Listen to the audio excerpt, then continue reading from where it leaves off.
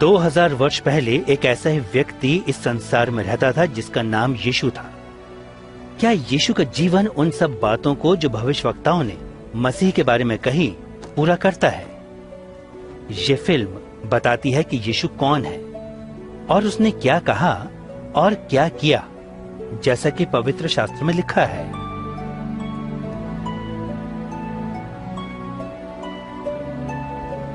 इस फिल्म में एक कलाकार ने यीशु का पात्र निभाया है।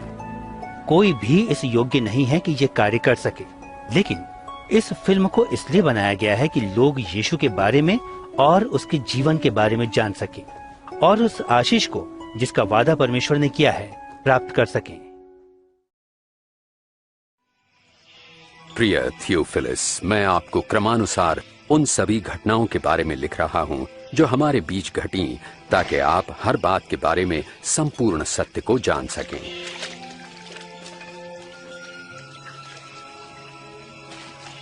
जिन दिनों अगस्तुस कैसर रोम का शासक और महान हेरोदेस यहूदिया का राजा था, परमेश्वर ने नासरत शहर की एक कुंवारी के पास जिब्राइल स्वर्गदूत को भेजा। उस कुंवारी का नाम था मरियम।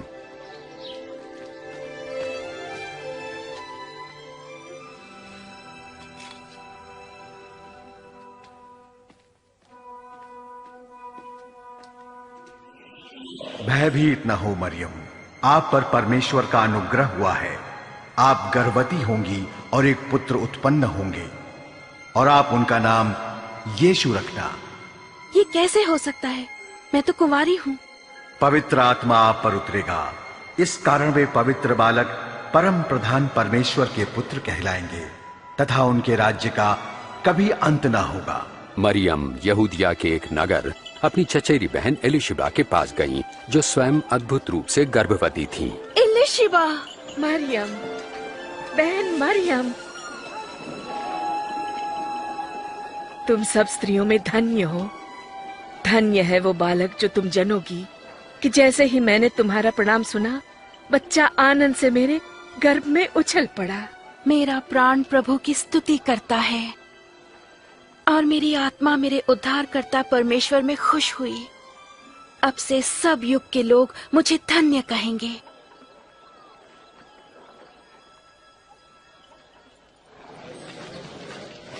नासरत नगर के सब लोग सुनो कि कैसर अगस्तुस की आज्ञा से गलील और यहूदिया प्रांत के सभी निवासियों की गिनती होगी। इसीलिए सभी लोगों को अपने वतन में जाकर शीघ्र ही नाम दर्ज करवाना होगा।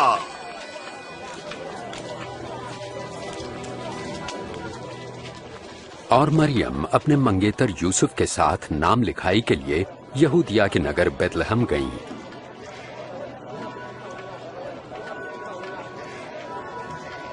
पर बेतलहम में उन्हें ठहरने की जगह ना मिली। उन्हें केवल गौशाला में ही जगह मिल सकी।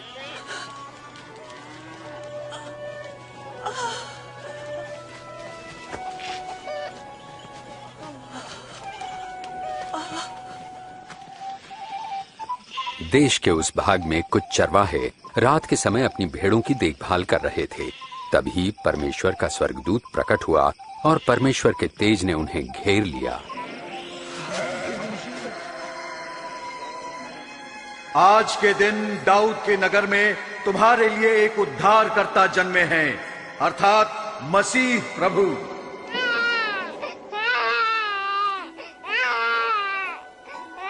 चरवाहे शीघ्र ही चरनी में जन्मे नवजात शिशु को देखने चल पड़े। वे उन प्रथम लोगों में गिने गए जिन्होंने कुंवारी माता द्वारा उद्धारकर्ता के जन्म का सुसमाचार फैलाया।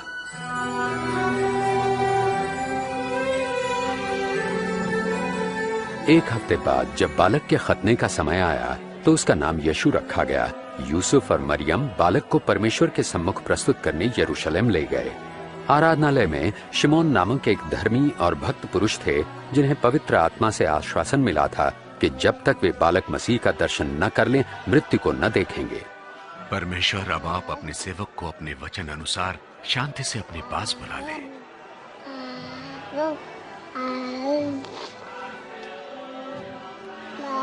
मेरी आंखों ने आज आपके उद्धार को देख लिया है। ये बालक परमेश्वर का चुना हुआ है। तुम दोनों को आशीष मिले।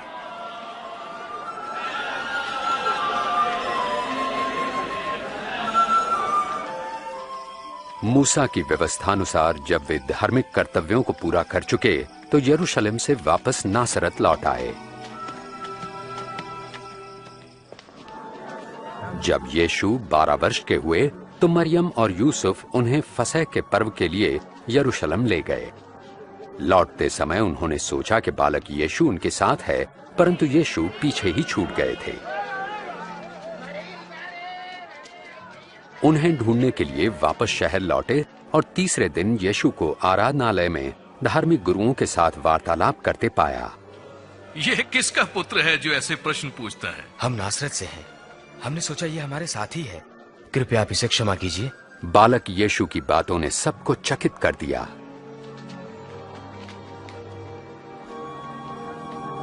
बेटा, तुमने हमारे साथ ऐसा क्यों किया? तुम्हें ढूंढते ढूंढते तुम्हारे पिताजी और मैं कितने चिंतित थे। आप मुझे क्यों ढूंढते थे? क्या आप नहीं जानते कि मुझे परमपिता के कार्यों को पूरा करना है?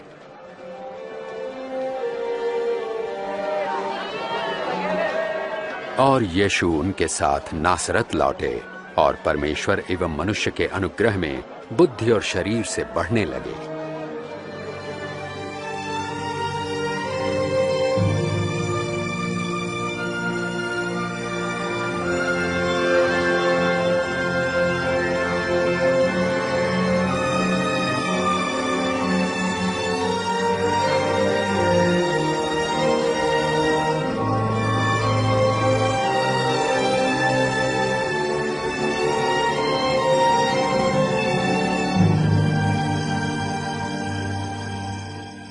सम्राट तिबिरियुस के राज्य के 15वें वर्ष में पैंतुस पिलातुस यहूदिया का शासक था और हेरोदेस गलील का राजा।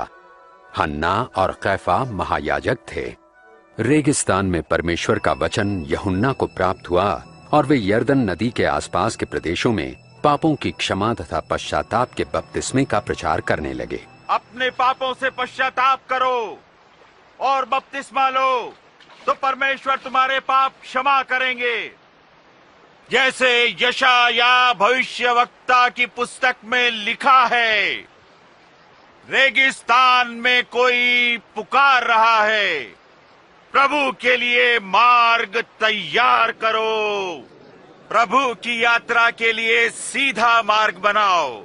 हर एक घाटी अवश्य भरी जाए, हर एक पहाड़ और टीला समतल किया जाए। टेढ़े मेढ़े मार्ग सीधे करो और उबड़ खाबड़ मार्ग सपाट, और सारी मानव जाति परमेश्वर के उद्धार को देखेगी। हम क्या करें? हाँ, हमें बताएं, हम क्या करें? सांप के बच्चों, बताइए हम क्या करें? हमें बताएं, हम किस मार्ग पर जाएं? अगर किसी के पास 2 कमीजें हैं, वो एक उस मनुष्य को दे जिसके पास नहीं है, और जिसके पास भोजन है वो अवश्य बांटे। हे गुरु, हम चुंगी लेने वाले हैं, हम क्या करें? निर्धारित से अधिक चुंगी तुम मत लो। और हमें बताएं, हमें क्या करना चाहिए?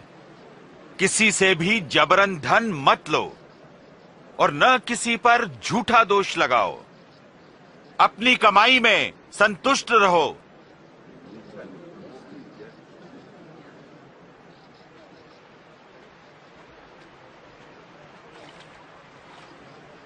हमें बताएं, क्या आप मसीह हैं?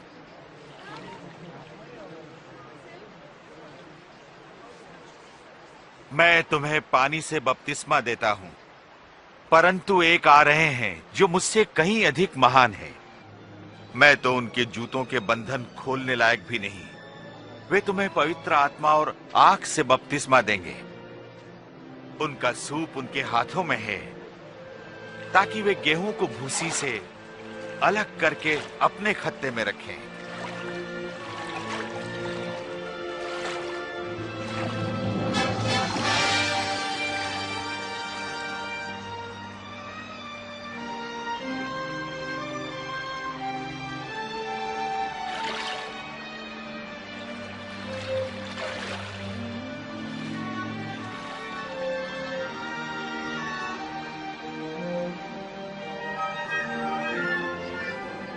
और पवित्र आत्मा कबूतर के रूप में यीशु पर उतरा।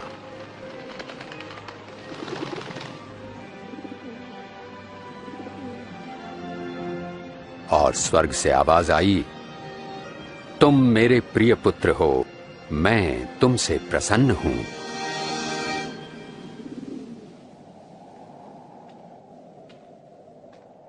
लगभग 30 वर्ष की आयु में यीशु ने अपनी सेवा आरंभ की। पवित्र आत्मा से परिपूर्ण यीशु यरदन से लौटे।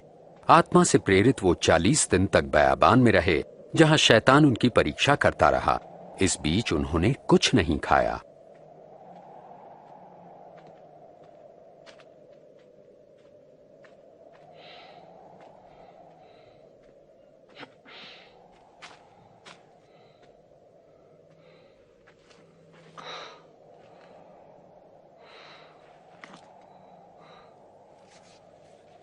तब शैतान ने उनसे कहा, यदि आप परमेश्वर के पुत्र हैं तो इस पत्थर को रोटी बन जाने की आज्ञा दें।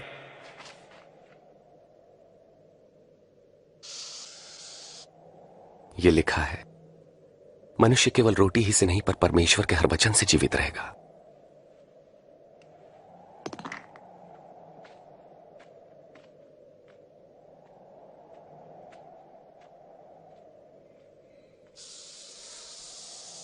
तब शैतान उन्हें ऊंचे स्थान पर ले गया और पल भर में जगत के सारे राज्य दिखाए। ये सब अधिकार और वैभव मैं आपको दूंगा। ये सब मुझे सौंपा गया है और जिसे मैं चाहूं उसे ये सब दे सकता हूं। यदि आप मुझे प्रणाम करें तो ये सब आपका हो जाएगा।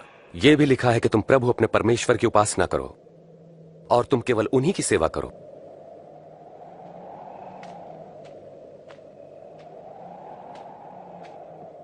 फिर शैतान उन्हें यरूशलेम आराधनालय के गुंबद पर ले गया। यदि आप परमेश्वर के पुत्र हैं तो अपने आप को यहां से गिरा दें, क्योंकि पवित्र शास्त्र में लिखा है कि परमेश्वर अपने स्वर्गदूतों को आज्ञा देंगे कि वे आपकी रक्षा करें। वे आपको हाथों हाथ उठा लेंगे ताकि आपके पांव को पत्थर से ठेस तक न लगे।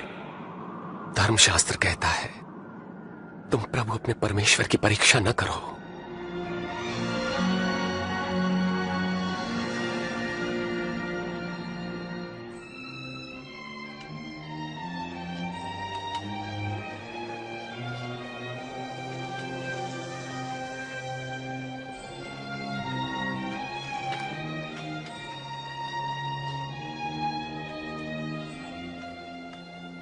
फिर यीशु नासरत आए, जहां वो पले बढ़े थे।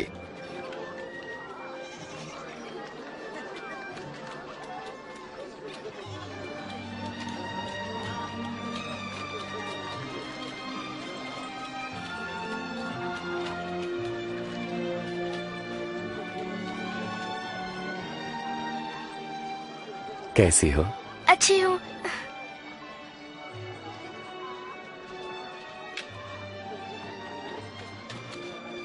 सब्बत यानी विश्राम के दिन नियमानुसार वे आराधनालय गए।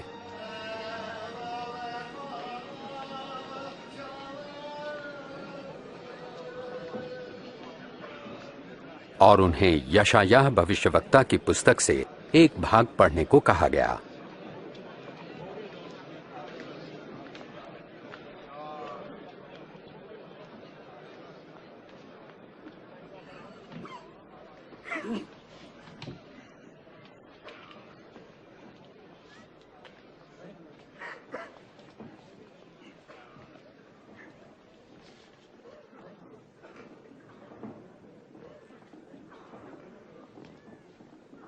परमेश्वर का आत्मा मुझ पर है, क्योंकि उन्होंने मुझे दीनों को शुभ संदेश सुनाने के लिए चुना है। उन्होंने मुझे भेजा है कि मैं बंदियों को मुक्ति और अंधों को दृष्टि पाने का संदेश दूं, सताए हुए लोगों को मुक्त करने के लिए और यह घोषणा करने के लिए कि समय आ गया है जब परमेश्वर अपने लोगों को बचाएं। वे ठीक कहते हैं।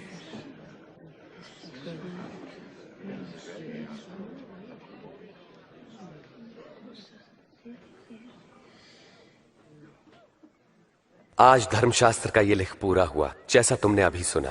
क्या परमेश्वर का वचन सच्चा ठहरा? ये प्रतिज्ञा तो केवल मसीह ही पूरा कर सकते हैं। हम कैसे जानेंगे? निसंदेह तुम मुझसे ये कहावत कहोगे, वैद्य जी स्वयं को चंगा करो।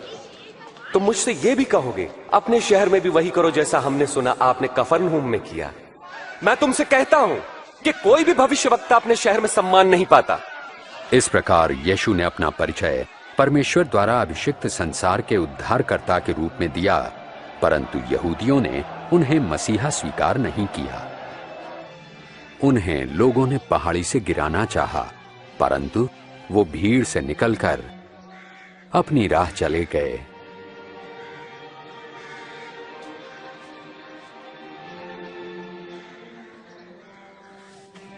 और गलील के नगर कफरनहूम पहुंचे।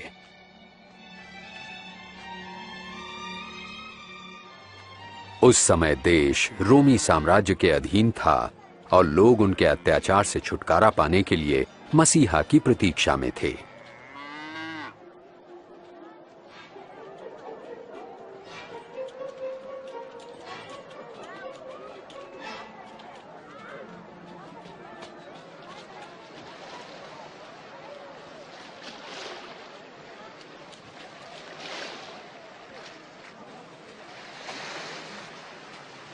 तुम्हें शांति मिले। आपको भी स्वामी। तुम्हारी नाव में आ सकता हूं शिमोन? क्यों नहीं? यीशु हमें छोड़कर नहीं जा रहे हैं ना? स्वामी हमें कुछ बताइए। हमें कुछ बताएं। प्रभु यीशु हमें उपदेश दें।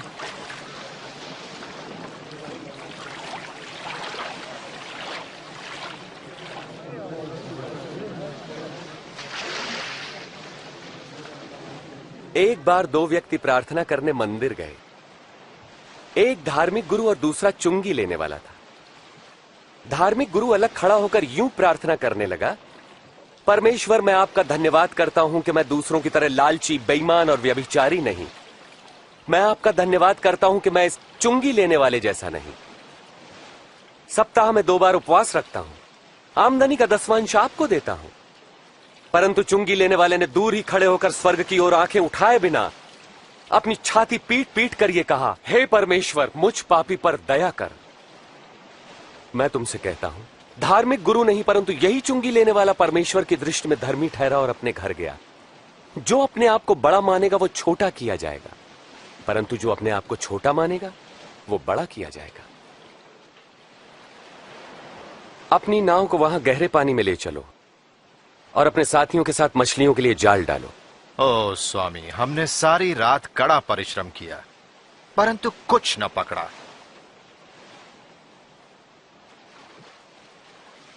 यदि आप कहते हैं तो मैं जाल डाले देता हूं।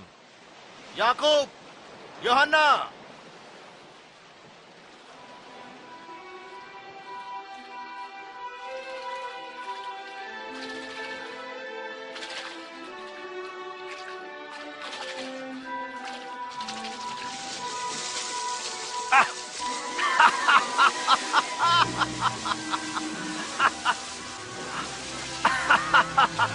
याकूब, यूहन्ना, अपनी नाव इधर ले आओ और हमारी सहायता करो, जल्दी।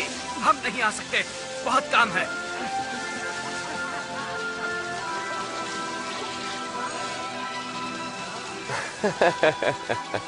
बस काफी है। इतनी मछलियां बहुत हैं।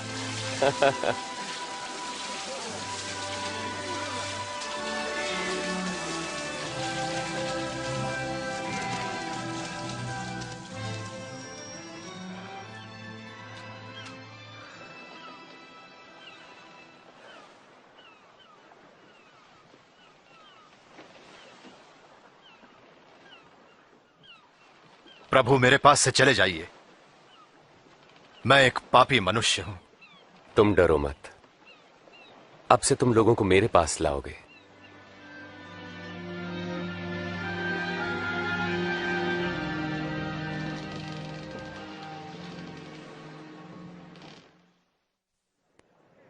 मेरे पास आओ और मेरे वचन सुनो, मेरी मानो और तुम जीवन पाओगे। प्रभु को खोजो जब तक वो मिल सके, उन्हें पुकारो जबकि वो पास है। दुष्ट अपनी दुष्टता और अधर्मी अपने बुरे विचार छोड़कर परमेश्वर के पास आए और वे उन पर दया करेंगे और उन्हें पूर्ण क्षमादान देंगे। तुम आनंदित रहोगे और तुम्हें शांति मिलेगी। वे आ रहे यीशु, मेरी इकलौती बेटी को बचा ले प्रभु, मुझ पर दया करे। मेरी बेटी केवल 12 वर्ष की है और मरने को है। कृपा करके मेरे साथ चलिए। याइर, मुझे बड़ा दुख है। यीशु, तुम्हारी बेटी नहीं रही, इसलिए गुरु को कष्ट ना दे। डरो नहीं, विश्वास रखो, वो ठीक हो जाएगी।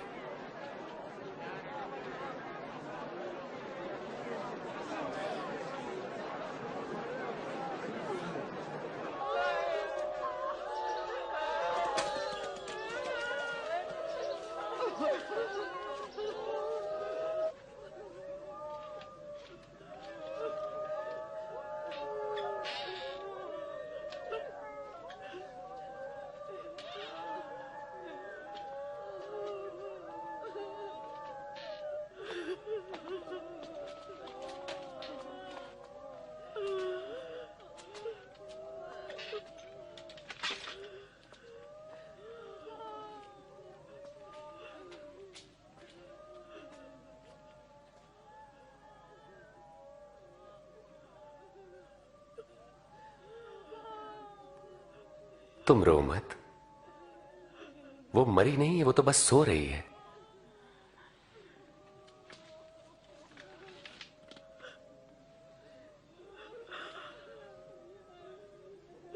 बेटी,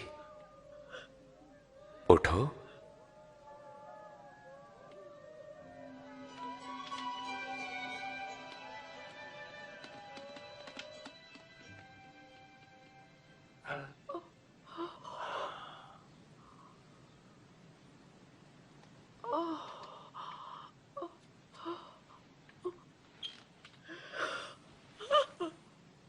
इसे कुछ खाने को दो। ध्यान रहे, यहां जो हुआ है किसी से न कहना।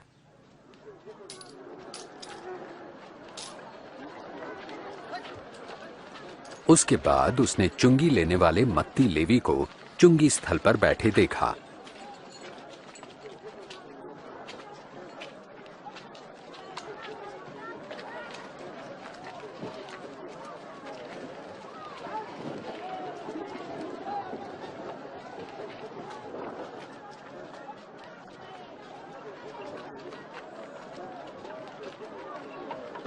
मेरे पीछे आओ।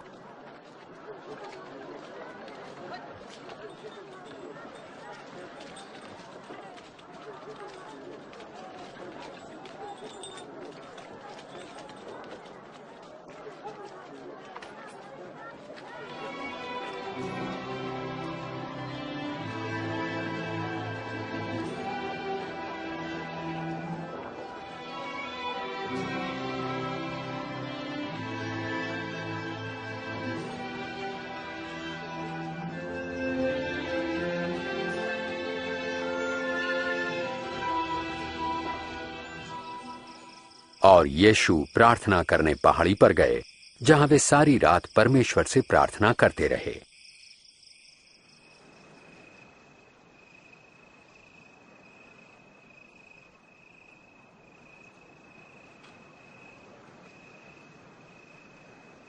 और अगले दिन उन्होंने 12 शिष्यों का अभिनंदन कर उन्हें प्रेरित कहा।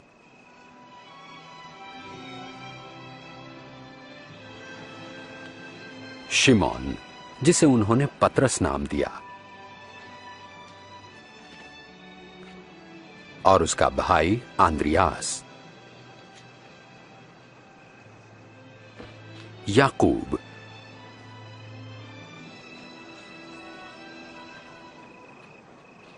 और यूहन्ना, फिलिप्पुस, और बर्तुलमै, और मत्ती,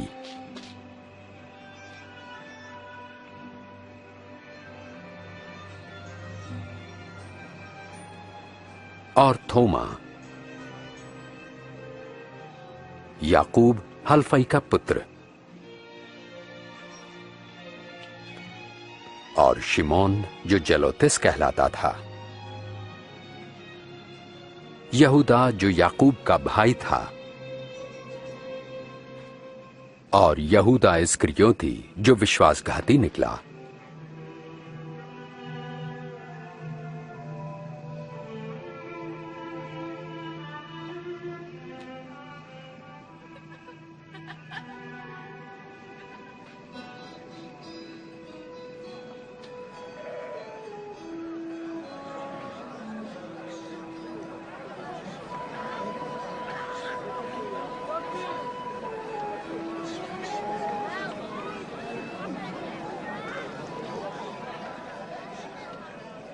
धन्य हो तुम जो दीन हो, परमेश्वर का राज्य तुम्हारा है। धन्य हो तुम जो भूखे हो, क्योंकि तुम तृप्त किए जाओगे। धन्य हो तुम जो रोते हो, तुम हर्षित होगे। धन्य हो तुम जब लोग धिक्कारें, नकारें और अपमानित करें और मेरे कारण तुम्हें बुरा कहें। जब ऐसा हो तो तुम आनंदित और मगन होना, क्योंकि तुम्हारे लिए स्वर्ग में बड़ा प्रतिफल है। उनके पूर्वजों ने भी भविष्यवक्ताओं के साथ ऐसा ही किया।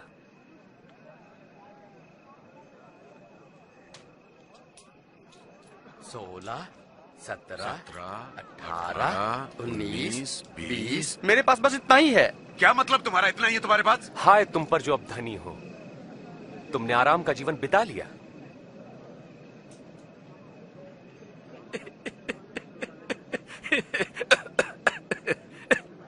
जो धनी ना बनना चाहे वो कोई पागल ही होगा। हाय तुम पर जो अब हंसते हो, तुम रोगे और विलाप करोगे। अफसोस जब लोग तुम्हारी बड़ाई करें, क्योंकि उनके पूर्वजों ने भी झूठे भविष्यवक्ताओं के लिए यही किया। पर मैं तुम लोगों से कहता हूं, शत्रुओं से प्रेम रखो, घृणा करने वालों का भला करो, जो श्राप दे उन्हें आशीष दो, बुरा करने वालों के लिए प्रार्थना करो।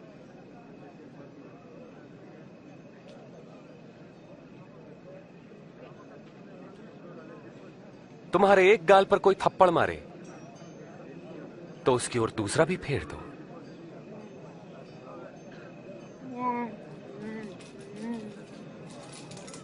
कोई तुम्हारा अंगर खा ले तो अपनी कमीज भी उसे दे दो। किसी भी मांगने वालों को मना मत करो। यदि कोई तुम्हारी वस्तु ले ले तो उसे वापस मत मांगो।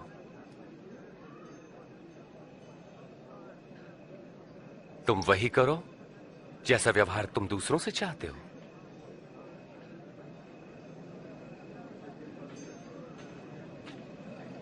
यदि तुम अपनों से प्रेम रखने वालों से प्रेम रखते हो तो तुम्हें आशीष क्यों कर मिलेगी? पापी भी अपने प्रेम रखने वालों से प्रेम रखते हैं। और यदि स्वयं पर भलाई करने वालों की भलाई करते हो तो तुम क्यों कर आशीष पाओगे?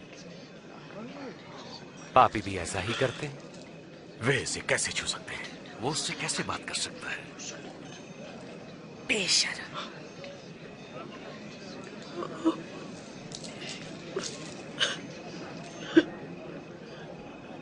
नहीं, शत्रुओं से प्रेम रखो, उनका भला करो, उधार देकर वापसी की आशा न रखो, तब तुम्हें बड़ा प्रतिफल मिलेगा। तुम परम प्रधान परमेश्वर की संतान ठहरोगे। वो दुष्टों और आभार न मानने वालों पर भी कृपालु है। दयावंत बनो जैसा तुम्हारा परम पिता दयावंत है। यीशु हमें बचाइए। आरोप मत लगाओ तो तुम पर भी नहीं लगेगा। दोष मत लगाओ तो तुम पर भी दोष नहीं लगेगा। क्षमा करो तो तुम्हें भी क्षमा मिलेगी। प्रभु हमें अपने मार्ग पे चलाएं।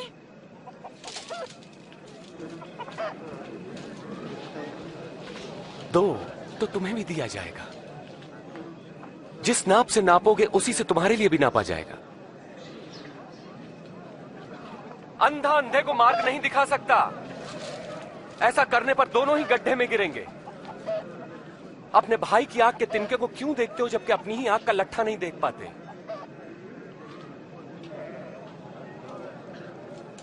प्रभु हमारा मार्गदर्शन करें। प्रभु हमें आपकी आवश्यकता है। धन्य है वो माता जिन्होंने आपको जन्म दिया और पाला।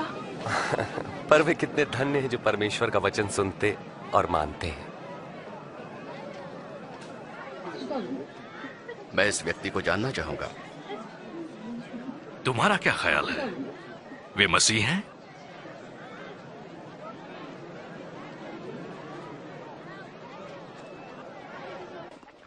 इस धर्मगुरु ने यीशु को रात्रि भोज पर बुलाया। यीशु उनके घर गए और भोजन करने बैठे। चलो बच्चों, यहां से चले जाओ। तुमने सुना नहीं? जाओ। बड़े शरारती हैं ये बच्चे।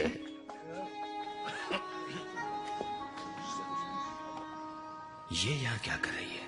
मुझे नहीं पता।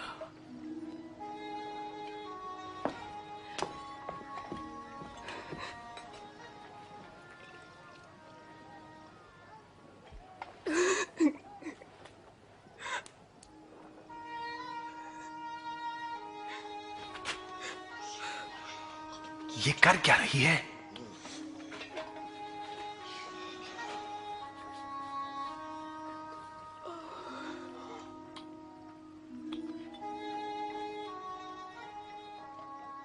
यदि ये मनुष्य सचमुच कोई भविष्यवक्ता होता तो जान लेता कि ये स्त्री कैसी है जो उसे छू रही है। वो जानता कि वो कैसा पापमय जीवन जी रही है। मैं जानता हूं कि ये स्त्री कौन है शिमोन। मैं तुम्हें एक बात बताता हूं। किसी महाजन के 2 कर्जदार थे, एक पर 500 और दूसरे पर 50 रुपए का कर्ज था। दोनों ही कर्ज चुकाने की स्थिति में नहीं थे। उसने दोनों का कर्ज माफ कर दिया। उससे अधिक प्रेम कौन करेगा? मेरे ख्याल से जिसका अधिक कर्ज माफ हुआ। तुमने ठीक कहा। इस स्त्री को देखो। मैं तुम्हारे घर आया, तुमने मुझे पैर धोने के लिए पानी भी नहीं दिया, पर इसने आंसुओं से मेरे पैर धोकर अपने बालों से पोंछा। तुमने चुंबन से मेरा अभिनंदन नहीं किया, पर जब से मैं आया हूं तब से इसने मेरे पांव चूमना न छोड़ा। तुमने मेरे सिर पर तेल नहीं मला, पर इसने मेरे पांव पर इत्र उड़ेला है। मैं तुमसे कहता हूं कि इस स्त्री का अत्यधिक प्रेम सिद्ध करता है कि इसके पाप जो बहुत थे क्षमा हुए, पर जिसे थोड़ी क्षमा मिली वो थोड़ा ही प्रेम करेगा।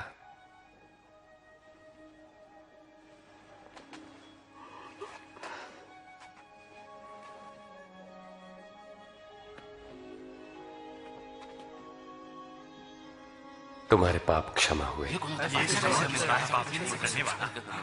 तुम्हारे विश्वास ने बचा लिया। शांति से जाओ।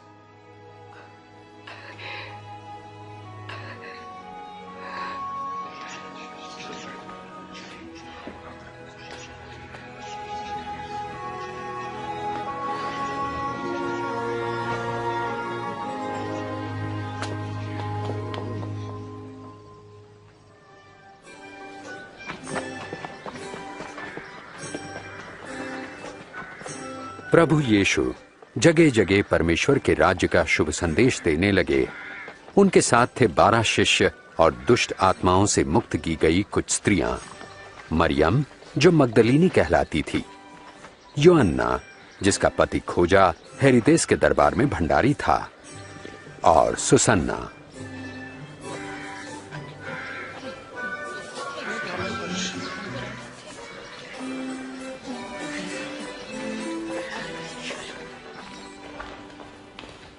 गलील के शासक हेरोदेस ने यूहन्ना बपतिस्मा देने वाले को बंदी गृह में डलवा दिया, क्योंकि यूहन्ना ने उसके द्वारा अपनी भाभी से विवाह की निंदा की थी। कहो। जब हम लोग नाइन नगर के द्वार पर पहुंचे, तब लोग एक अर्थी को लेकर जा रहे थे। मरा हुआ व्यक्ति एक विधवा का इकलौता पुत्र था। जब यीशु ने उस विधवा की तरफ देखा, उनका हृदय दया से भर उठा। उन्होंने कफन उठाया और कहा, ऐ नौजवान, मैं तुमसे कहता हूं उठो। और मरा हुआ युवक उठ बैठा। यीशु ने उसे उसकी मां को सौंप दिया। उनसे पूछो, क्या आप वही हैं जिनके आने के विषय में यूहन्ना ने प्रचार किया था, या फिर हम किसी और की प्रतीक्षा करें?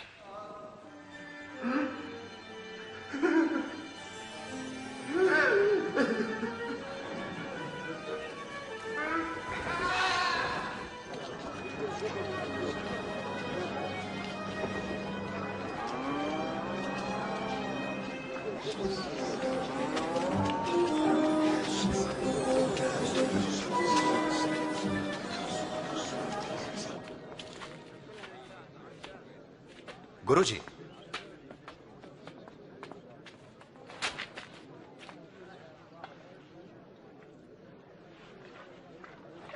गुरुजी, यूहन्ना बपतिस्मा देने वाले ने हमें ये पूछने भेजा है, क्या आप वही हैं जो आने वाले थे, या हम किसी और के आने की प्रतीक्षा करें? जो कुछ तुमने देखा और सुना जाकर यूहन्ना से कहो। अंधे देख सकते हैं, लंगड़े चल सकते हैं। धन्य है वे लोग जो मुझ पर संदेह नहीं करते।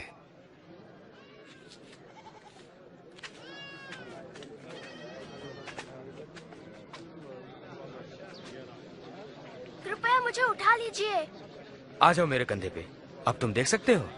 हाँ, मैं यीशु को देख सकता हूँ। एक बीज बोने वाला बीज बोने निकला।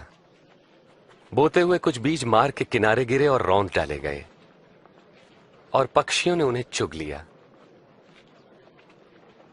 और कुछ पथरीली भूमि पर गिरे, जब वो उगे तो पानी न मिलने के कारण वे सब मुरझा गए और कुछ झाड़ियों के बीच में गिरे।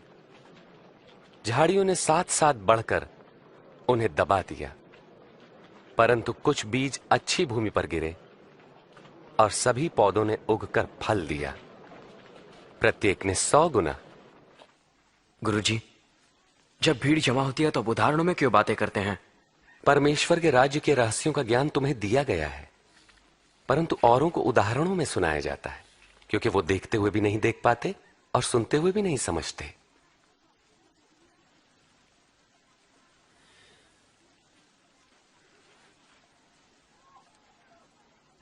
इस उदाहरण का अर्थ यह है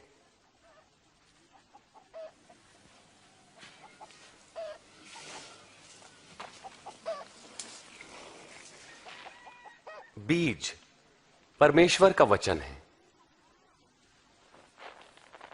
मार्ग के किनारे गिरे बीज उन्हें दर्शाते हैं जो वचन सुनते हैं, पर शैतान आकर उनके मन में से वचन चुरा लेता है ताकि वे विश्वास करके कहीं मुक्ति न पालें। पथरीली भूमि पर गिरे बीज उन्हें दर्शाते हैं जो वचन सुनकर आनंद से ग्रहण करते हैं, पर जड़ नहीं पकड़ पाते। वो कुछ देर तक विश्वास करते हैं और परीक्षा की घड़ी आने पर टिक नहीं पाते। झाड़ियों में गिरे बीज उन्हें दर्शाते हैं जो वचन सुनते हैं, परंतु जीवन की चिंताओं, धन, मोह व भोग विलास में फंसने से उनके फल कभी नहीं पकते। वे बीज जो अच्छी भूमि पर गिरे उन लोगों के प्रतीक हैं जो वचन सुनकर उसे भले और आज्ञाकारी मन से ग्रहण करते हैं और फलवंत होने तक उन्हें संभाले रखते हैं।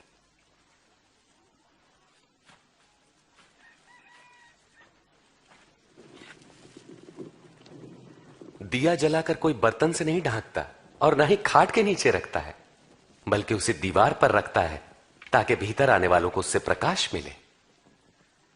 जो कुछ छिपा है वो बाहर लाया जाएगा और जो ढका है उसे ढूंढकर प्रकाश में लाया जाएगा।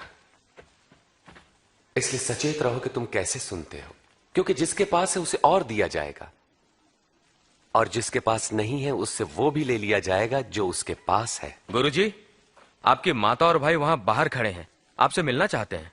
मेरी मां और मेरे भाई वे हैं जो परमेश्वर का वचन सुनते और मानते हैं।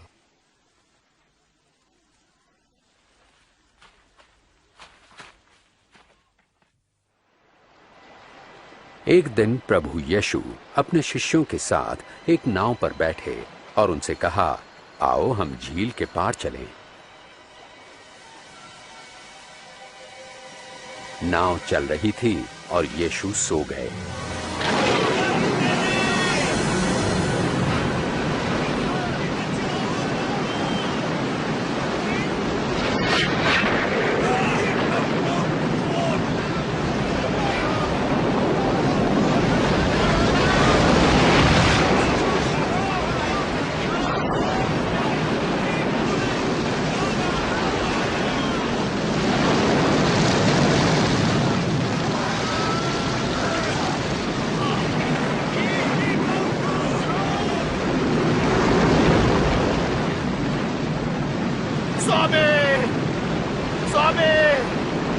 प्रभु यीशु, हम नाश हुए जाते हैं, हमें लहरें घेर रही हैं, हम डूब जाएंगे, हमें बचाइए।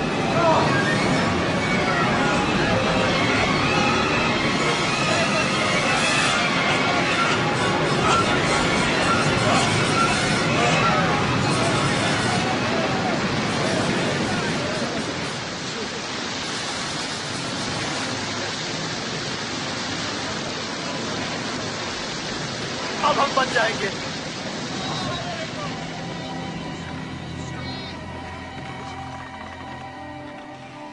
कहां गया तुम्हारा विश्वास?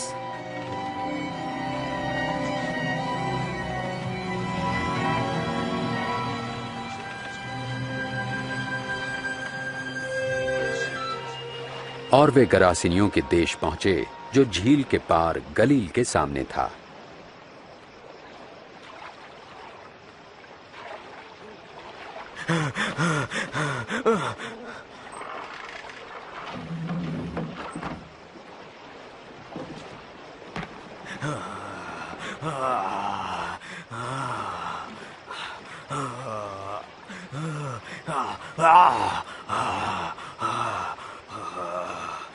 यीशु, परम प्रधान परमेश्वर के पुत्र,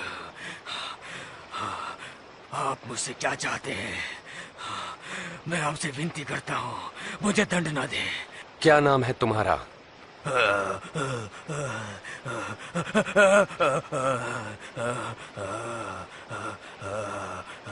सेना। प्रभु विनती करते हैं हमें नरक कुंड में ना भेजें, पर सुअरों के उस झुंड में भेज दें।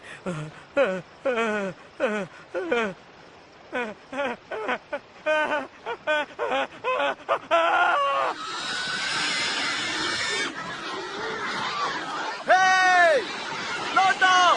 रुको! रुको! और दुष्ट आत्माएं उसमें से निकलकर आ जाओ! सुअरों में समा गई।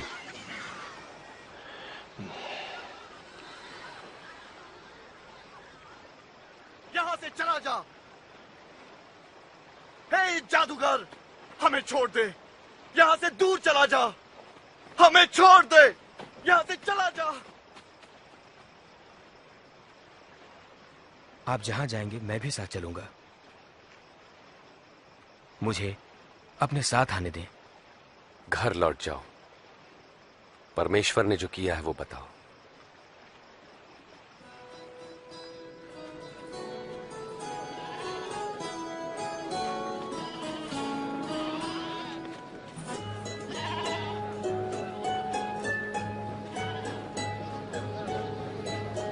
प्रभु यीशु व उनके शिष्य भीड़ से अलग होने के लिए बेतसैदा पहुंचे।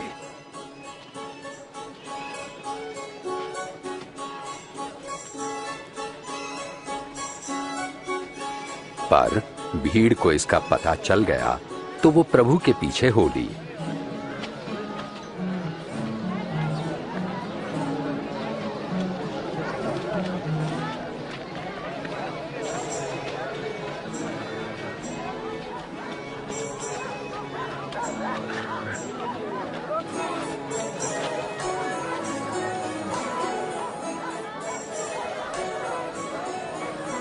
शाम को पतरस ने कहा, स्वामी, इन लोगों को भेज दें कि वे आसपास के गांवों और बस्तियों में जाकर अपने लिए भोजन और रहने की जगह ढूंढ सके। ये एक सुनसान जगह है।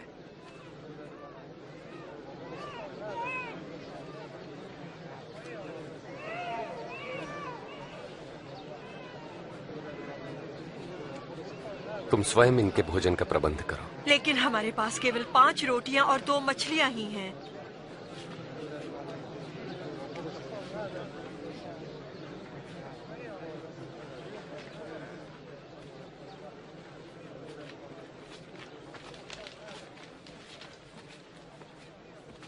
धन्य है आप प्रभु परमेश्वर, सृष्टि के मालिक, जो धरती पर अन्न उपजाते हैं।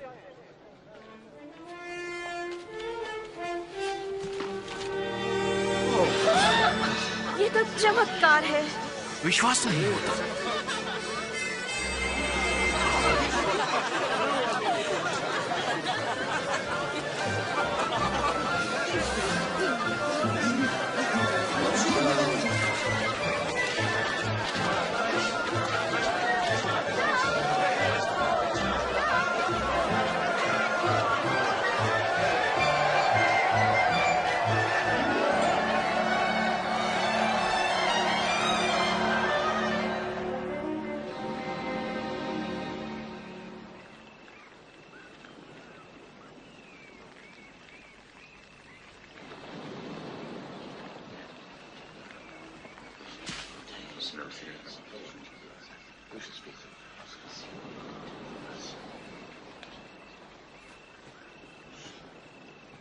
लोग मेरे बारे में क्या कहते हैं? कई आपको यूहन्ना बपतिस्मा देने वाला कहते हैं, तो कोई आपको एलिया भी कहते हैं, और कितनों का तो यह कहना है कि कोई प्राचीन भविष्यवक्ता फिर जी उठे हैं।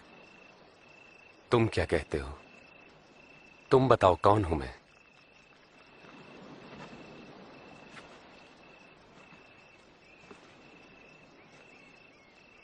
आप परमेश्वर के मसीह हैं।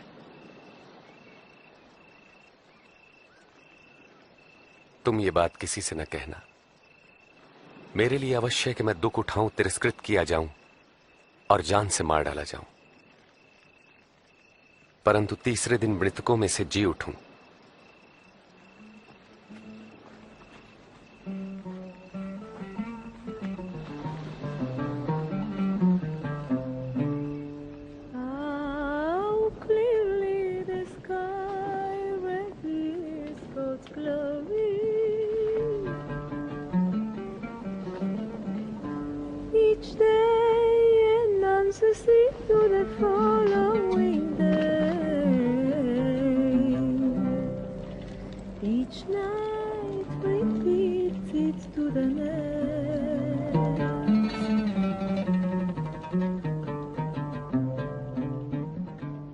क्या तुम में से कोई मेरे साथ आएगा?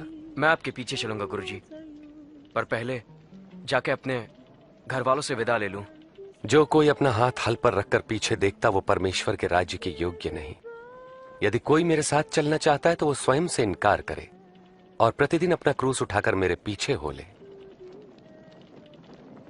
क्योंकि जो कोई अपने प्राण बचाना चाहेगा वो उसे खोएगा, और जो कोई मेरे लिए अपने प्राण खोएगा वो उसे बचाएगा। यदि मनुष्य सारे जगत को प्राप्त कर अपने प्राण खो दे तो क्या लाभ? जो कोई मुझसे और मेरी शिक्षाओं से लजाता है तो मैं भी अपनी और पिता की व स्वर्गदूतों की महिमा सहित जब आऊंगा तो उस मनुष्य से लजाऊंगा।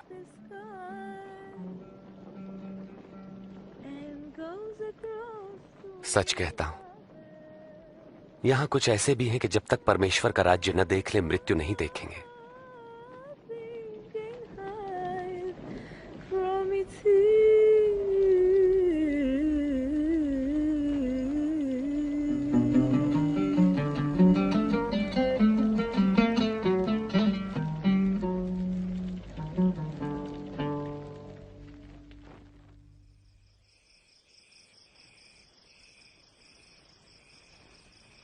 तब प्रभु यीशु यूहन्ना, याकूब और पतरस के साथ पहाड़ पर प्रार्थना के लिए गए।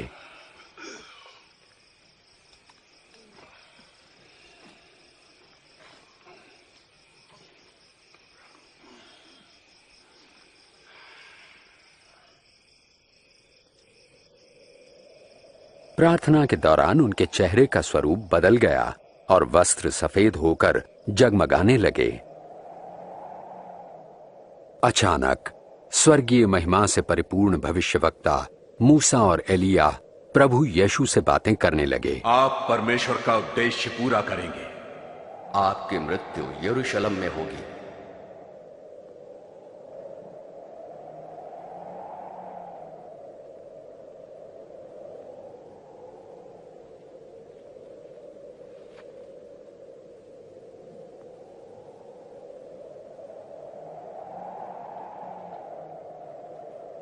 जाते समय पतरस ने प्रभु यीशु से कहा, स्वामी,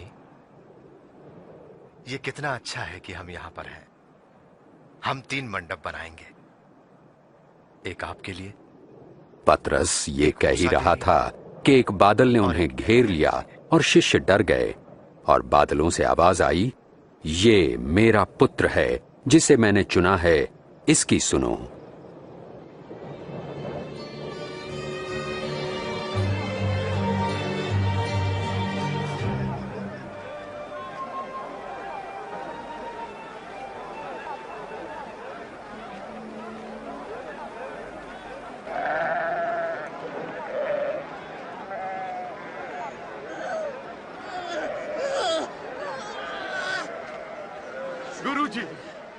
गुरुजी, कृपा करके मेरे बेटे को देखिए, दया करके उसकी सहायता कीजिए।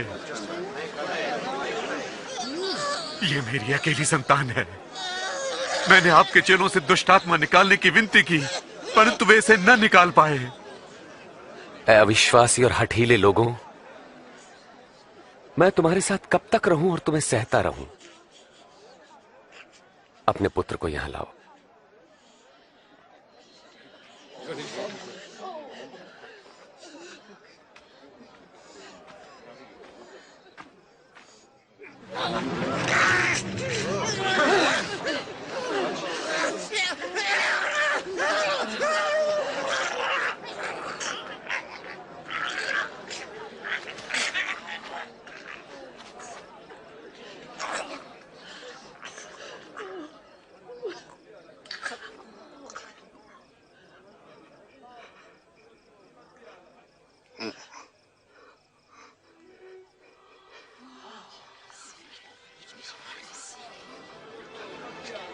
अरे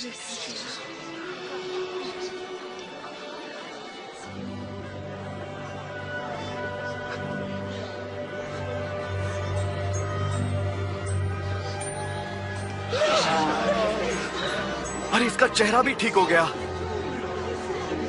विश्वास नहीं होता।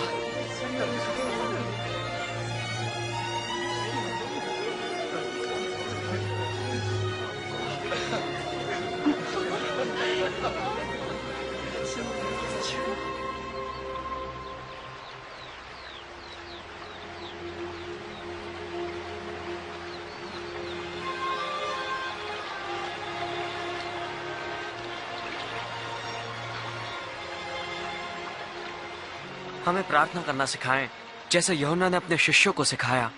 तुम इस तरह प्रार्थना करो, हे हमारे पिता आप जो स्वर्ग में हैं, आपका नाम पवित्र माना जाए, आपका राज्य आए, आपकी इच्छा जैसे स्वर्ग में वैसे ही पृथ्वी पर भी पूरी हो। हमारी प्रतिदिन की रोटी आज हमें दें, हमारे अपराधों को क्षमा करें जैसे हमने अपने अपराधियों को क्षमा किया है, और हमें परीक्षा में न पड़ने दें परंतु बुराई से बचाएं।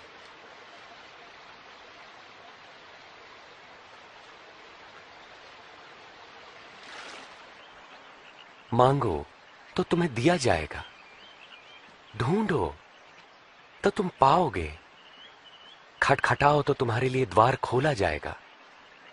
क्योंकि जो मांगता है उसे दिया जाता है, और जो ढूंढता है वो पाता है, और जो खटखटाता है उसके लिए द्वार खोला जाता है।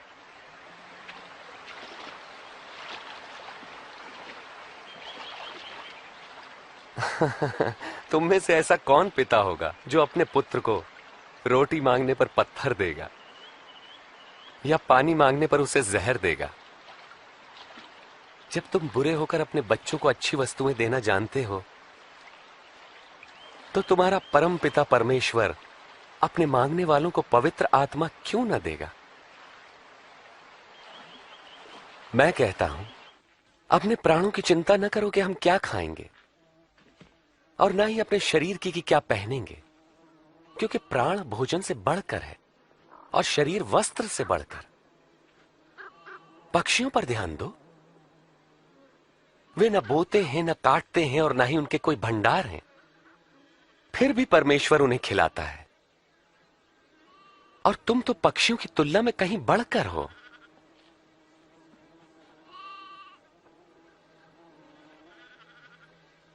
तुम में से कौन चिंता करके अपनी आयु बढ़ा सकता है? जब तुम ये छोटा सा काम नहीं कर सकते तो बाकी चिंता क्यों करते हो? इन फूलों को देखो, ये कैसे बढ़ते हैं। वे किसी तरह का परिश्रम नहीं करते। राजा सुलेमान इनमें से एक के समान भी सुंदर वस्त्र न पहन सका। यदि परमेश्वर मैदान की घास को सजाते जो आज है और कल आग में झोंकी जाएगी, तो निश्चय ही वो तुम्हें भी वस्त्र पहनाएंगे। हे अल्पविश्वासियों, हमारे विश्वास को बढ़ाएं। यदि तुम्हारा विश्वास राई के दाने के बराबर भी होता तो तुम इस पेड़ से कहते कि जड़ से उखड़कर समंदर में जा लग, तो ये तुम्हारी बात मान लेता।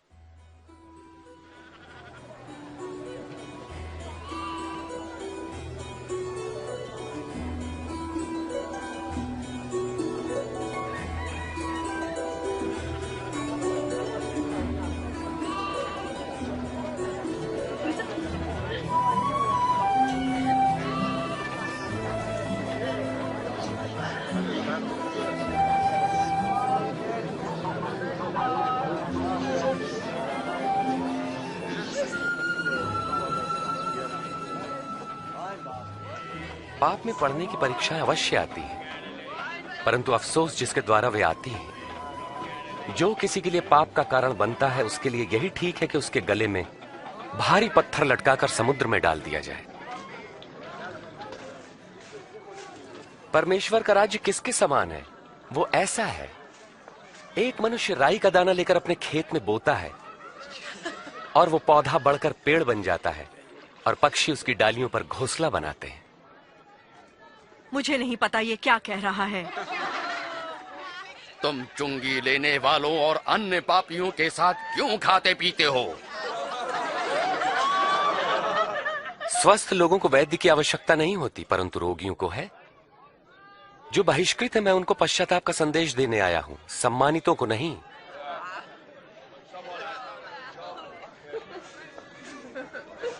हमें स्वर्ग के राज्य के बारे में बताएं। क्या और भी कुछ है? ऐ मेरे लोगों, भयभीत ना हो। परम पिता की ये इच्छा है कि तुम्हें राज्य दें। अपना सब कुछ बेचकर पैसा गरीबों को दान कर दो और ऐसे बटुए बनाओ जो फटते नहीं।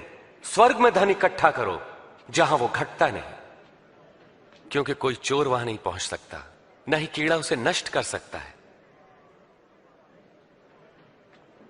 जहां तुम्हारा धन होगा वहीं तुम्हारा मन भी लगेगा।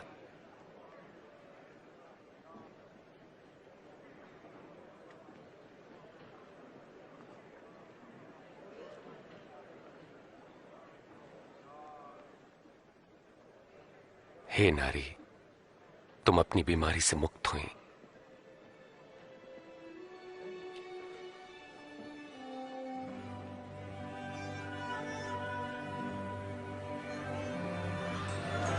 देखो, देखो ये चंगी हो गई। ये तो चमत्कार है।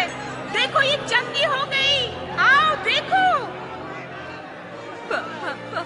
परमेश्वर की महिमा हो। 18 साल परमेश्वर आपको सुखी रखे।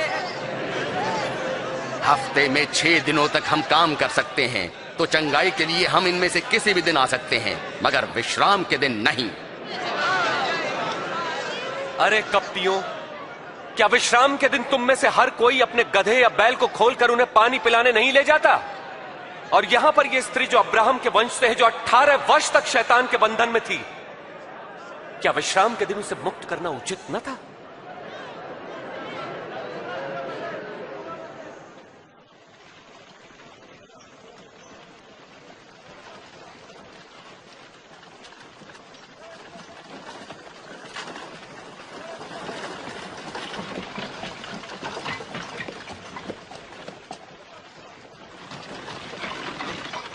हे उत्तम गुरुजी, अनंत जीवन पाने के लिए मुझे क्या करना चाहिए? तुम मुझे उत्तम क्यों कहते हो? कोई भी उत्तम नहीं परमेश्वर के सिवा। तुम आज्ञाएं तो जानते हो। व्यभिचार न करना, हत्या न करना, किसी पर झूठे आरोप न लगाना, अपने माता पिता का आदर करना। परंतु ये सभी आज्ञाएं तो मैं बचपन से ही मानता आया हूं। तुम्हारे लिए भी एक काम करना आवश्यक है। अपना सब कुछ बेचकर धन गरीबों को बांट दो, तुम्हें स्वर्ग में धन मिलेगा। फिर मेरे पीछे हो लो। मगर हम तो व्यापारी हैं, बहुत धनवान। धनवान का परमेश्वर के राज्य में प्रवेश कितना कठिन है। धनवान के लिए परमेश्वर के राज्य में प्रवेश मुश्किल है, जबकि ऊंट का सुई के नाके से निकलना सहज है। तो फिर कौन मुक्ति पा सकता है? जो मनुष्य के लिए असंभव है वो परमेश्वर के लिए संभव है। वास्तव में कहां होगा ये परमेश्वर का राज्य? परमेश्वर का राज्य प्रकट रूप से नहीं आता। कोई ये नहीं कह सकता कि देखो ये यहां है या वहां है, क्योंकि परमेश्वर का राज्य तुम में है। वो समय आएगा जब तुम परमेश्वर के पुत्र के आगमन का दिन देखना चाहोगे, पर देख ना पाओगे। जैसे बिजली आकाश की एक ओर से दूसरी ओर तक प्रज्वलित होती है, वैसे ही परमेश्वर का पुत्र भी प्रकट होगा। परंतु पहले उसे बहुत दुख उठाना होगा और इस युग के लोग उसका तिरस्कार करेंगे।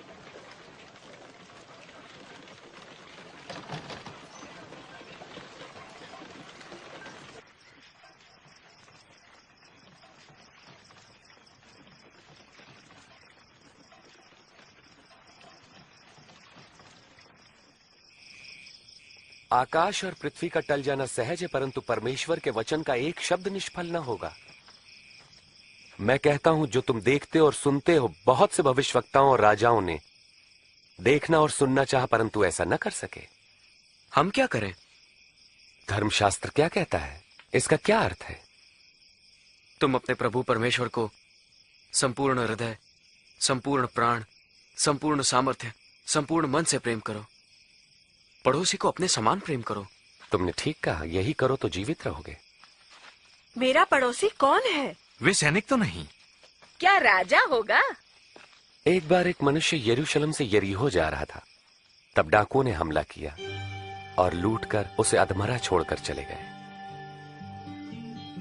तब एक धर्मगुरु वहां से गुजरा और उसे देखकर वहां से कतरा कर चला गया। इसी प्रकार एक पुरोहित भी वहां से निकला, पास आया, उस व्यक्ति को देखा और मुंह फेर कर चला गया। परंतु एक दलित ने मार्ग से गुजरते समय उस घायल मनुष्य को देखा और उसका हृदय दया से भर गया। उसने घायल के पास जाकर घावों को साफ किया, फिर उसे अपनी सवारी पर बैठाकर वो एक सराय में ले गया जहां उसकी सेवा टहल की। दूसरे दिन मालिक को कुछ रुपए देकर उसकी देखभाल करने को कहा और कहा, जो कुछ खर्च आएगा मैं लौटने पर तुम्हें दे दूंगा। इन तीनों में से किसने डाकुओं द्वारा लुटे व्यक्ति से अच्छे पड़ोसी का फर्ज निभाया? जिसने उस पर दया की। फिर तुम भी यही करो। बच्चों को मेरे पास आने दो और उन्हें मना मत करो, क्योंकि परमेश्वर का राज्य ऐसों का ही है। मैं तुमसे सच कहता हूं, जो कोई परमेश्वर के राज्य को एक बालक की तरह ग्रहण नहीं करता, वो उसमें कभी प्रवेश न करेगा। जो कोई मेरे नाम से इस बालक का स्वागत करता है, मेरा करता है। जो मुझे स्वीकार करता है, मेरे भेजने वाले को करता है। तुम में सबसे छोटा ही सबसे महान है।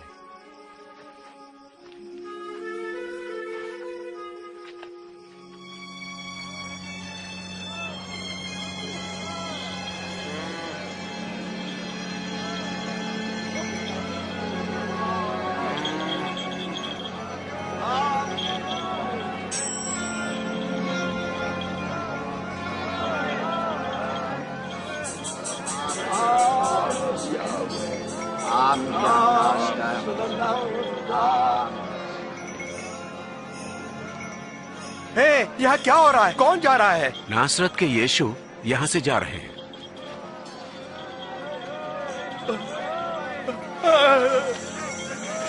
यीशु, प्रभु यीशु, हे दाऊद की संतान, मुझ पर दया करे।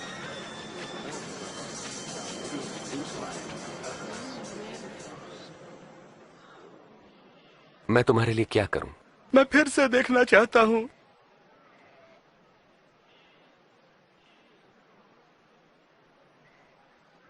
तो देखो, तुम्हारे विश्वास ने तुम्हें चंगा किया। मैं देख सकता हूं, मुझे दिखाई पड़ रहा है, मैं देख रहा हूं। यीशु,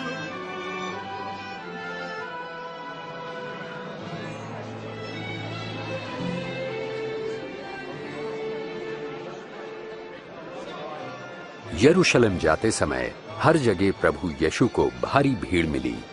लोग उनसे उद्धार का मार्ग और परमेश्वर के राज्य के बारे में और जानना चाहते थे।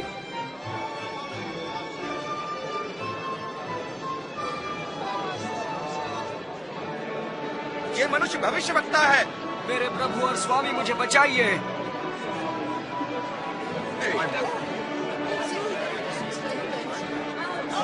हे प्रभु, हमें बचाए, हमें बचाए। प्रभु की स्तुति हो।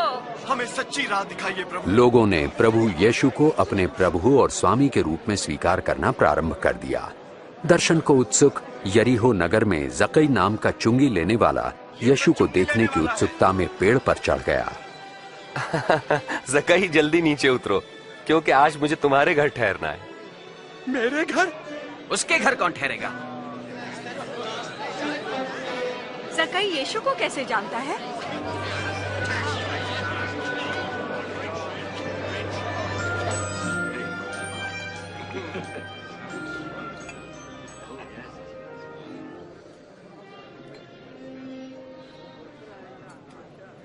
सुनो,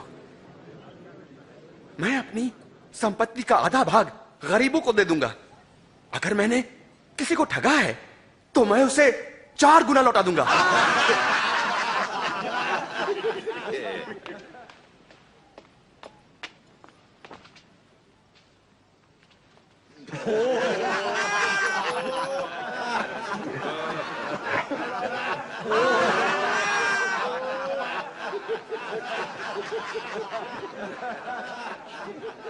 नहीं मान सकता कि एक चुंगी लेने वाला पैसा वापस करे।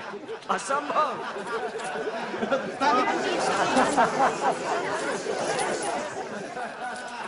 आज इस घर में मुक्ति आई है। ये मनुष्य भी इब्राहिम के वंश से ही है। मैं खोए हुओं को ढूंढने और उनका उद्धार करने आया हूं।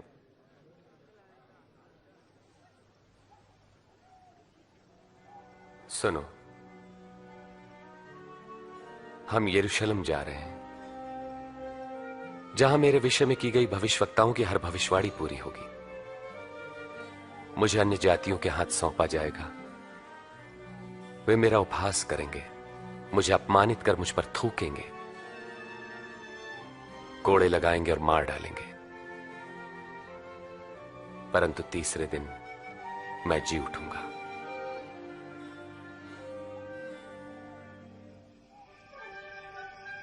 और प्रभु यीशु दृढ़ निश्चय के साथ यरूशलेम की ओर चल दिए। हालांकि वे जानते थे कि उन्हें मानव जाति के पापों के लिए अपने प्राण देने होंगे, फिर भी वे यरूशलेम की ओर बढ़ते गए। बहुत से लोग उनके आगमन पर आनंदित हुए और उन्हें अपना राजा मान लिया।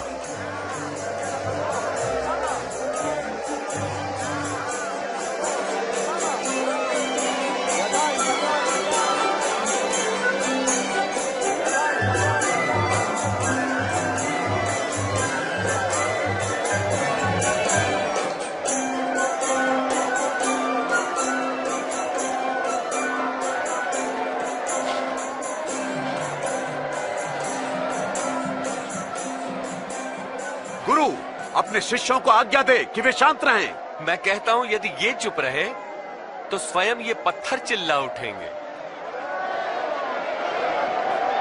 सबको आशीष मिले।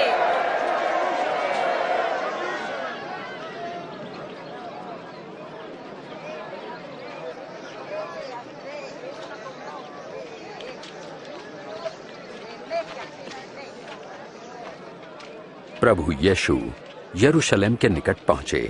उन्होंने उसे देखा और रो पड़े।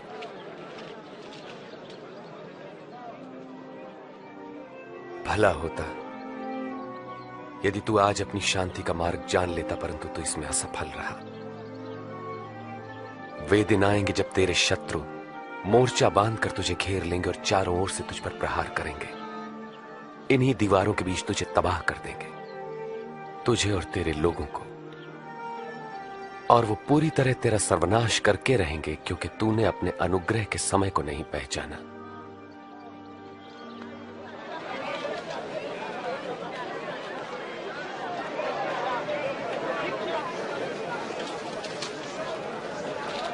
यरूशलेम का पवित्र मंदिर आराधना का स्थान होने के बजाय व्यापार का केंद्र बन चुका था।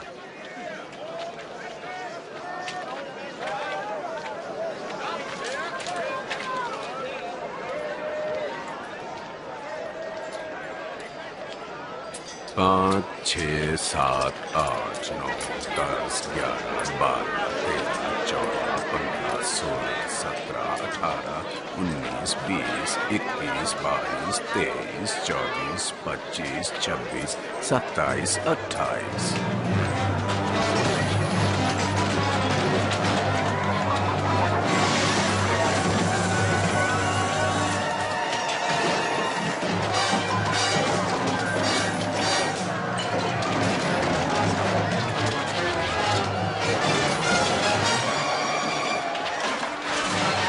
ये लिखा है, मेरा घर प्रार्थना का घर होगा, परंतु तुमने उसे डाकुओं की खो बना दिया।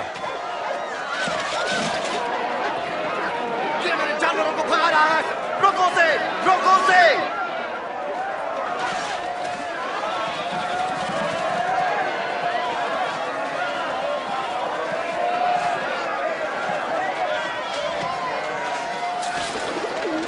पहरेदारों को बुलाओ, जल्दी बुलाओ।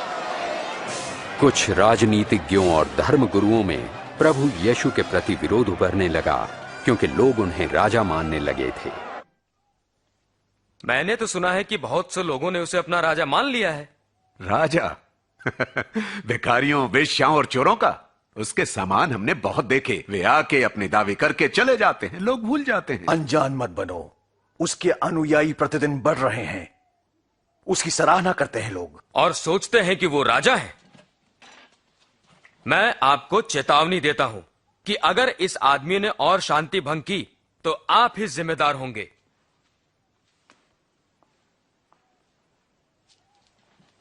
शायद ये सही कहते हैं, हमें गलीली का सामना करना होगा। और जैसे जैसे धर्मगुरुओं और शास्त्रियों के पाखंडी वर्ग के प्रति यीशु का तिरस्कार बढ़ने लगा, यहूदियों में उनके अनुयायी भी बढ़ने लगे। दूसरी तरफ उन लोगों का भी विरोध बढ़ा जिनकी उन्होंने आलोचना की थी। प्रभु यीशु ने मंदिर में एक निर्धन विधवा को 2 तांबे के सिक्के डालते देखा। ज्यादा नहीं दे सकती? मैं कहता हूं, इस निर्धन विधवा ने सबसे ज्यादा दान दिया है, क्योंकि दूसरों ने अपने बहुत से धन में से थोड़ा सा दिया है, परंतु इसने गरीब होते हुए भी अपनी सारी जीविका और पूंजी दे दी। हमें बताइए, आपको ऐसा कहने का क्या अधिकार है? किसने दिया आपको यह अधिकार? अब मैं तुमसे एक प्रश्न पूछता हूं, यूहन्ना को बपतिस्मा देने का अधिकार परमेश्वर से मिला था या मनुष्य से?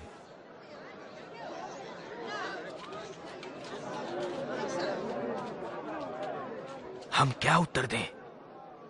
यदि परमेश्वर की ओर से कहेंगे तो वो कहेगा तुमने यूहन्ना का विश्वास क्यों नहीं किया? और यदि मनुष्य की ओर से कहें तो ये भीड़ हमें पत्थरवाह करेगी, क्योंकि ये सब यूहन्ना को भविष्यवक्ता मानते हैं।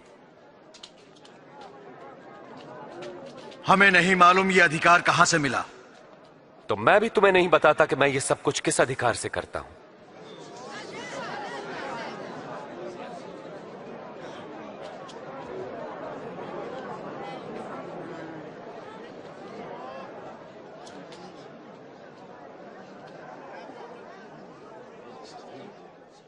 एक बार एक मनुष्य ने अंगूर की बारी लगाई, उसे ठेके पे देकर लंबे समय के लिए कहीं चला गया। जब अंगूरों को इकट्ठा करने का समय आया तो उसने अपने एक दास को भेजा कि फसल में उसका हिस्सा उससे मिल सके, परंतु ठेकेदारों ने उसे पीटकर खाली हाथ भगा दिया। तब उसने दूसरे दास को भेजा, पर ठेकेदारों ने उसे भी पीटा और अपमानित करके उसे भी खाली हाथ लौटा दिया। तब उसने तीसरे दास को भेजा, किंतु ठेकेदारों ने उसे मार पीट के बाग के बाहर धकेल दिया। तब अंगूर बारी के मालिक ने अपने मन में सोचा, अब मैं क्या करूं? अब मैं अपने प्रिय पुत्र को भेजूंगा, अवश्य ही वे उसका आदर करेंगे। परंतु ठेकेदारों ने उसे आते देखकर आपस में कहा, यह तो मालिक का पुत्र है, उसे मार डालें तो यह जायदाद हमारी हो जाएगी। हमें और बताएं। उन्होंने उसे बारी के बाहर निकाला और मार डाला। अब देखो मालिक उन ठेकेदारों के साथ क्या करेगा। वो आकर उनको मारेगा और अंगूर की बारी दूसरे को दे देगा। तो इस वचन का क्या अभिप्राय है? जिस पत्थर को राजमिस्त्रियों ने निकम्मा जान नकार दिया, वही पत्थर सबसे श्रेष्ठ सिद्ध हुआ। जो कोई इस पत्थर पर गिरेगा वो चकनाचूर हो जाएगा, और यदि यह पत्थर किसी पर भी गिरेगा तो उसे पीस कर रख देगा। गुरुजी, हम जानते हैं कि आप जो कहते हैं सिखाते हैं वो सही है। हम जानते हैं कि आप मनुष्य के पद पर ध्यान नहीं देते, मगर मनुष्य के लिए परमेश्वर की मर्जी का सत्य सिखाते हैं। बताएं, रोमी सम्राट को कर देना हमारे लिए क्या नियम के अनुसार है या नहीं है? प्रभु सावधान, वो आपको फंसाना चाहते हैं। मुझे एक चांदी का सिक्का दो।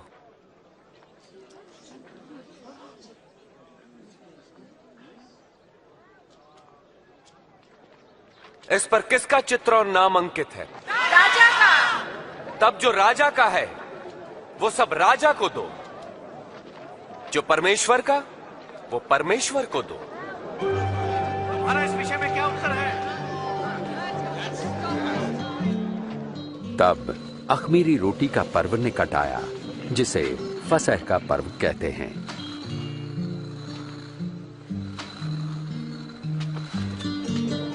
और प्रभु यीशु ने शिमोन पतरस और यूहन्ना को फसह का भोजन तैयार करने पहले ही भेज दिया।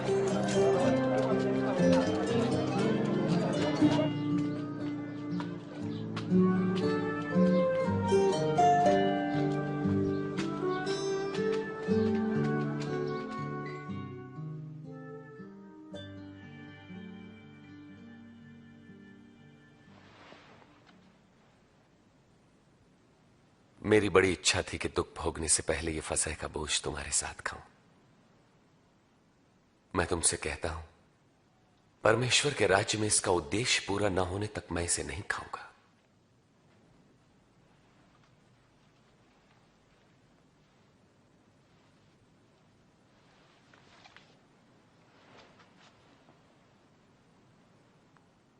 धन्य है आप प्रभु परमेश्वर, सृष्टि के मालिक, जो अंगूर की बेल पर फल लाते हैं।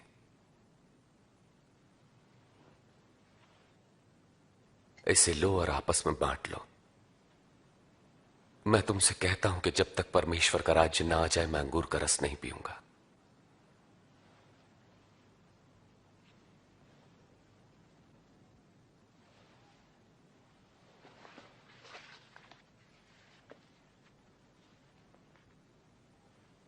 धन्य है आप प्रभु परमेश्वर, सृष्टि के मालिक, जो धरती पर अन्न उपजाते हैं।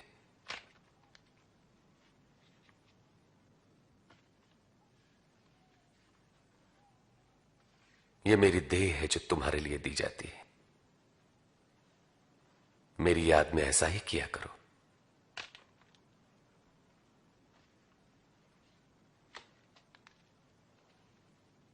यह प्याला मेरे लहू में नई वाचा है जो तुम्हारे लिए बहाया जाता है।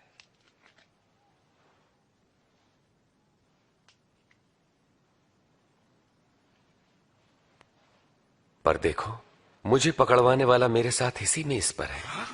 मेरी मृत्यु तो निश्चित है जैसा कि परमेश्वर ने ठहराया है, पर अफसोस उस पर जो मुझे पकड़वाए। ये नहीं हो सकता, असंभव। कौन है वो धोखेबाज प्रभु?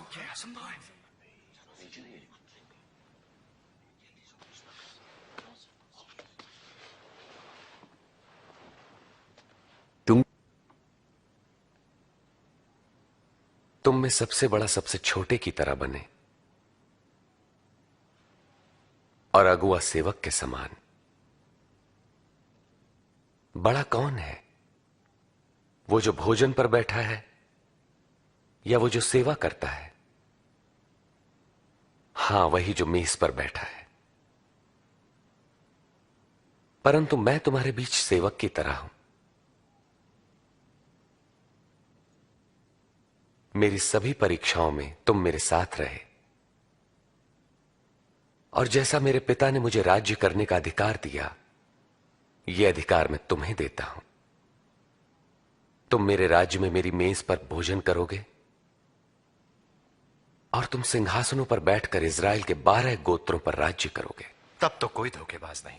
शिमोन, शिमोन सुनो, शैतान तुम सबकी परीक्षा लेना चाहता है कि अच्छे को बुरे से अलग करे, जैसे किसान गेहूं को भूसी से अलग करता है। परंतु मैंने प्रार्थना की है कि तुम्हारा विश्वास न डगमगाए, और जब तुम मेरी ओर लौटो तो अपने भाइयों को ढाढ़स बंधाना। प्रभु, मैं आपके साथ बंदी गृह जाने के लिए और मरने को भी तैयार हूं। मैं कहता हूं पतरस कि आज मुर्गे के बांग देने से पहले तुम 3 बार इनकार करोगे कि मुझे नहीं जानते।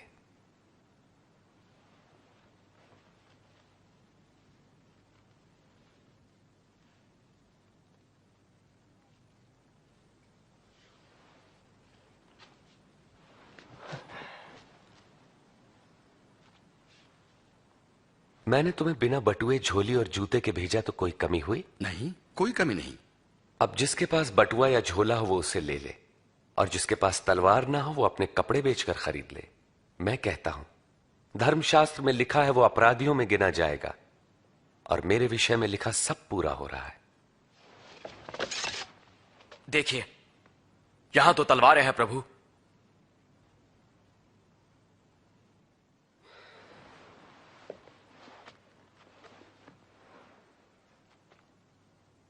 बहुत है। और प्रभु यीशु से छुटकारा पाने के लिए धर्म गुरुओं की एक सभा हुई। तब शैतान यहूदा इस्करियोती में समा गया, जो 12 शिष्यों में से एक था। उसने धार्मिक गुरुओं के साथ मिलकर प्रभु यीशु को पकड़वाने का षड्यंत्र रचा। प्रभु यीशु प्रार्थना करने यरूशलेम से जैतून के पहाड़ पर गए।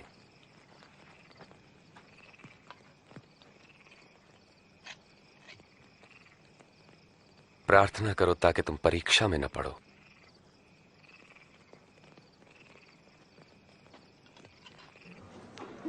यहूदा इस्करियोती ने केवल 30 चांदी के सिक्कों के लिए प्रभु यीशु से विश्वासघात किया। प्रभु यीशु जानते थे कि मानव जाति के पापों के लिए उनके प्राण देने की घड़ी आ पहुंची है, और वे प्रार्थना करने लगे।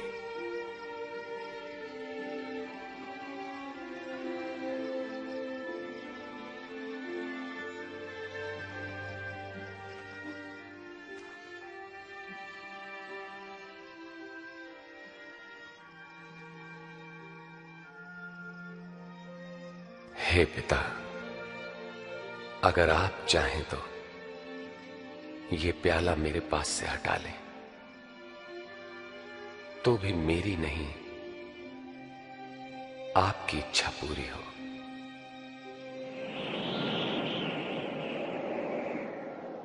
और प्रभु यीशु को सामर्थ्य देने के लिए एक स्वर्गदूत प्रकट हुआ, और उनका पसीना लहू की बड़ी बड़ी बूंदें बनकर भूमि पर गिर रहा था।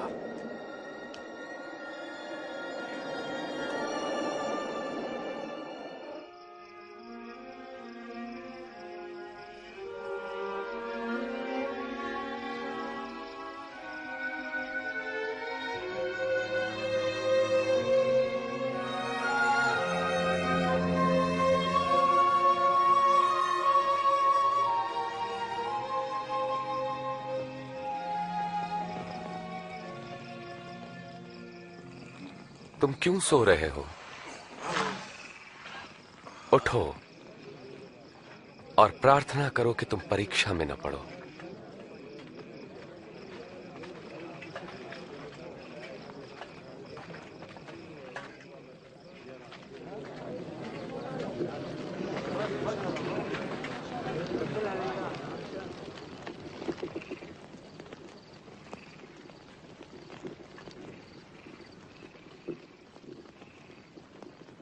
यहूदा,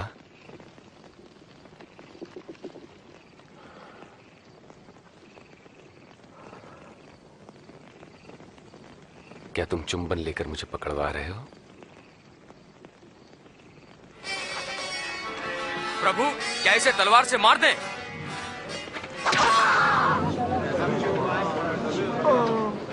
चलो इसे पकड़ लो। बस बहुत हो गया।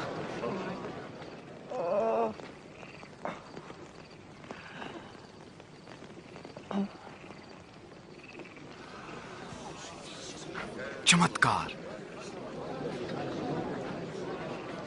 मुझे डाकू समझकर तुम तलवारें और लाठियां लेकर आए हो।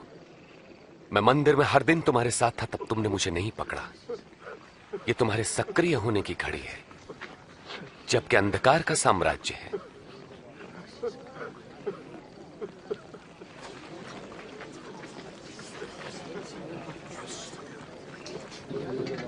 पकड़ लो इसे।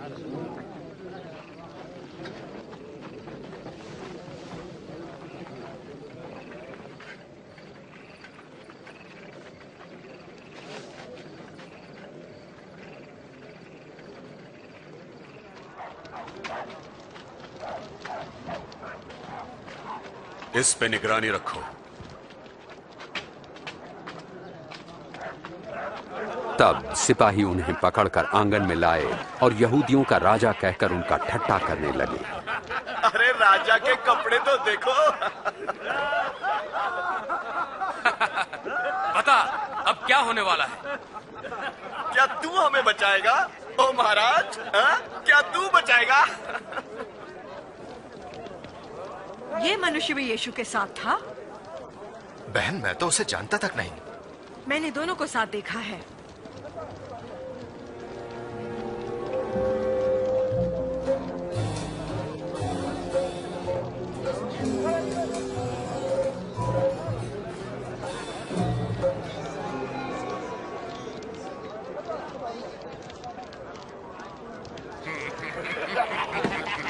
हम तो तेरे नौकर हैं। बड़े बनते थे, अब कैसा लगता है? तू भी तो उनमें से एक है, वो मैं नहीं।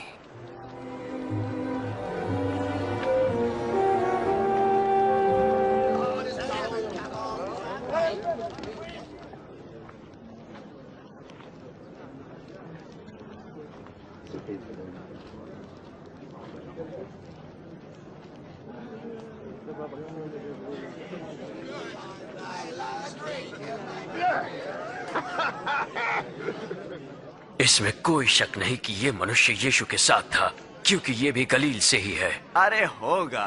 पता नहीं तुम किसके बारे में बात कर रहे हो।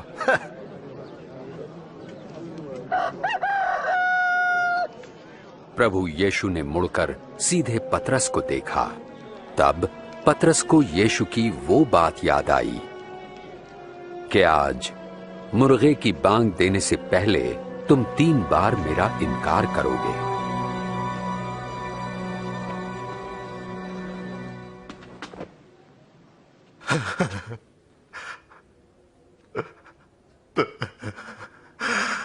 प्रभु जी, हम विनती करते हैं कि आप अपनी महानता के अनुसार हम पर दया करें। प्रभु, जब हमारे पूर्वजों ने आपका विरोध किया तब आप उनसे क्रोधित थे,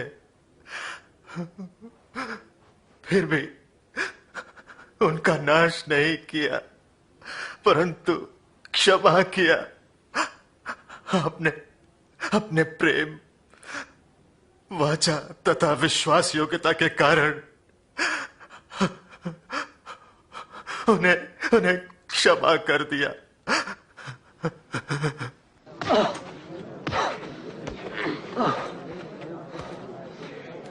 बोल, तुझे किसने मारा? भविष्यवाणी कर, अब तुझे कौन मारेगा? बस करो, ये सब बंद करो। इसे सभा के सामने ले आओ। चल।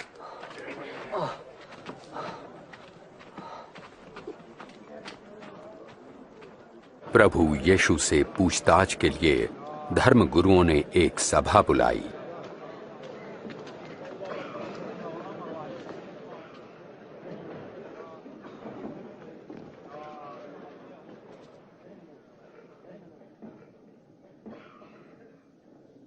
हमें बता, क्या तू ही मसीह है? यदि मैं बताऊंगा तो तुम विश्वास न करोगे।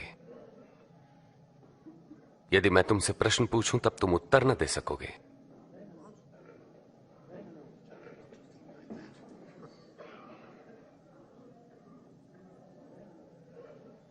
लेकिन अब से मैं निश्चय ही सर्वशक्तिमान परमेश्वर के दाहिनी ओर बैठूंगा।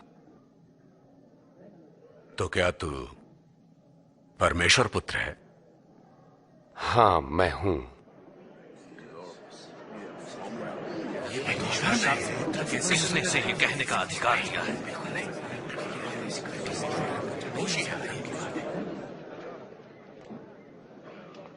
हमने खुद अपने कानों से सुना कि इसने क्या कहा।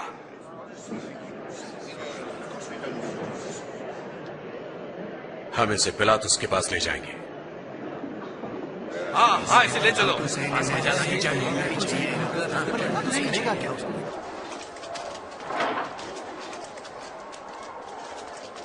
चलो।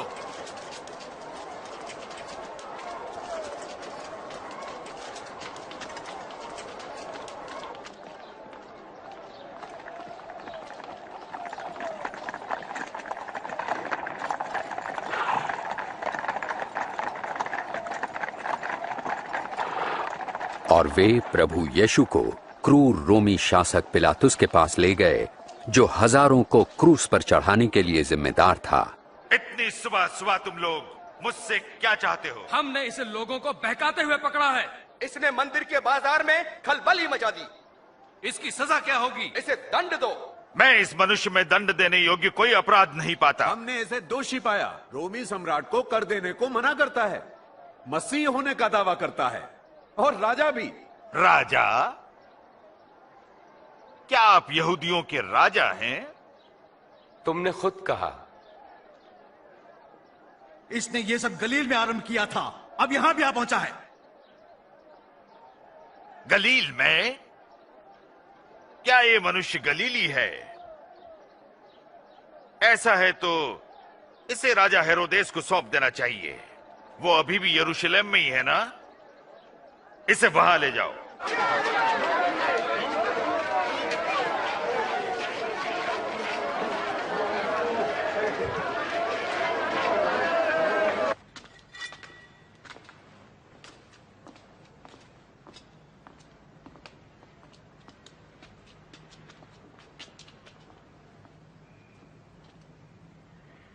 तो अपने विषय में क्या कहते हो तुम?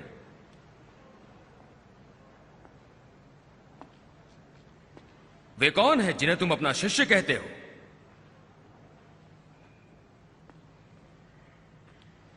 मैंने बहुतों से सुना है कि तुम आश्चर्य कर्म भी करते हो।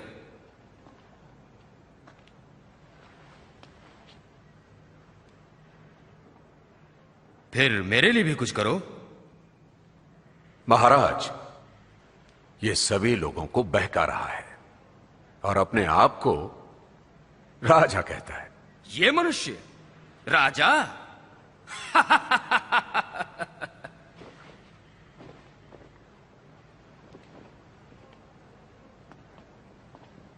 महाराज,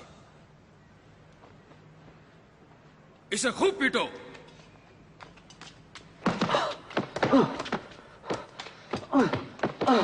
ले जाओ इसे पिलातुस के पास, ये उसी के प्रांत का है।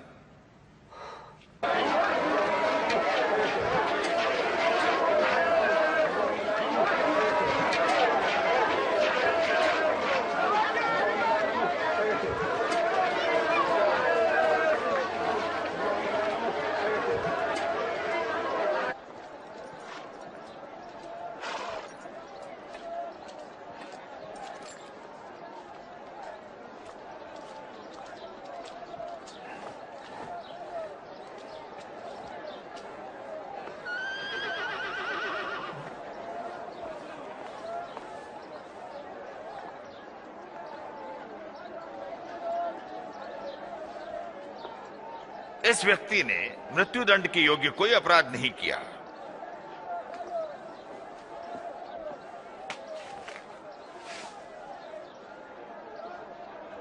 तो मैं इसे कोड़े लगवाकर छोड़े देता हूं। इस त्योहार के समय हमारे लिए आप एक आदमी को छोड़ने का अधिकार रखते हैं। हमारे लिए छोड़ दे। ठीक है, और इस मनुष्य को दंड दे। हाँ, हमें बरअब्बा चाहिए।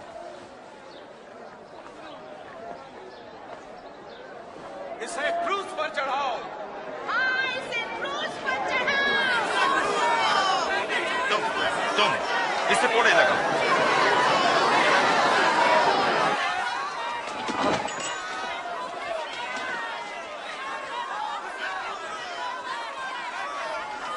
आप किसका इंतजार कर रहे हैं पिलातुस?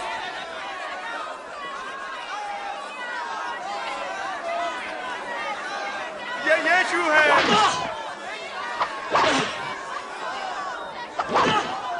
उन्हें ऐसी पीड़ा क्यों देते हो? ये छोड़ दो, ये मसीह हैं।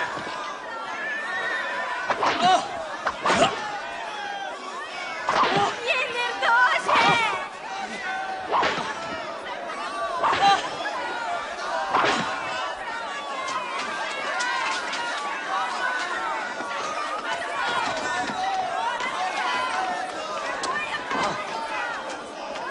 इसे उठाओ। वो जोर जोर से चिल्ला रहे थे कि यीशु को क्रूस पर चढ़ाया जाए, तो पिलातुस ने यीशु को मृत्युदंड दिया।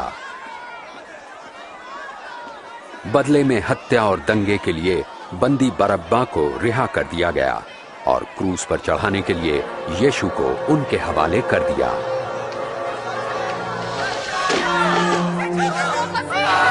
वापस जाओ, उससे दूर रहो, पीछे हटो, दूर रहो, उससे दूर रहो, पीछे हटो, पीछे हटो, पीछे हट जाओ, रास्ता खाली करो, हट जाओ, रास्ते में से हट जाओ। मैं जब उठो, उठ जाओ।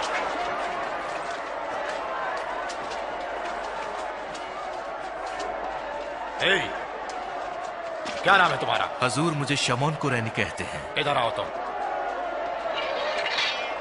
रस्सियां काटो।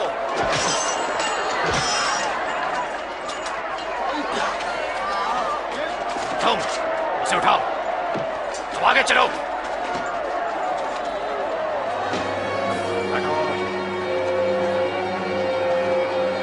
पीछे हटो,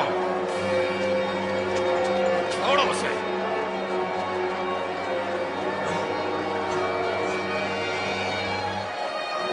चलो आगे बढ़ते रहो।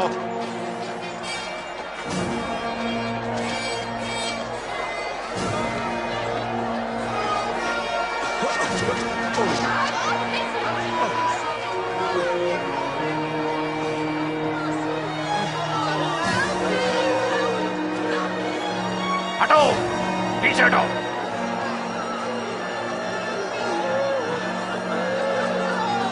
हटो पीछे।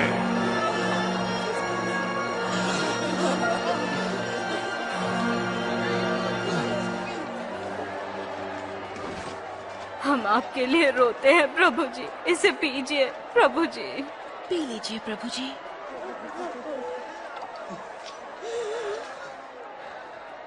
यरूशलेम की स्त्रियों, मेरे लिए नहीं, अपने और अपने बच्चों के लिए रो। जब ये लोग मेरे साथ ऐसा व्यवहार कर रहे हैं तो तुम्हारे साथ क्या कुछ ना होगा। परमेश्वर आपकी सहायता करे। हम आपके लिए प्रार्थना करेंगे।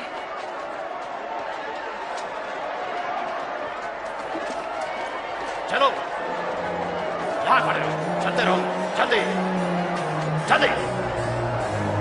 अब तुम जाओ, चलते रहो, आगे बढ़ो, जल्दी से जल्दी से। अब तुम चलो चलो, अब तुम आगे बढ़ो, जल्दी।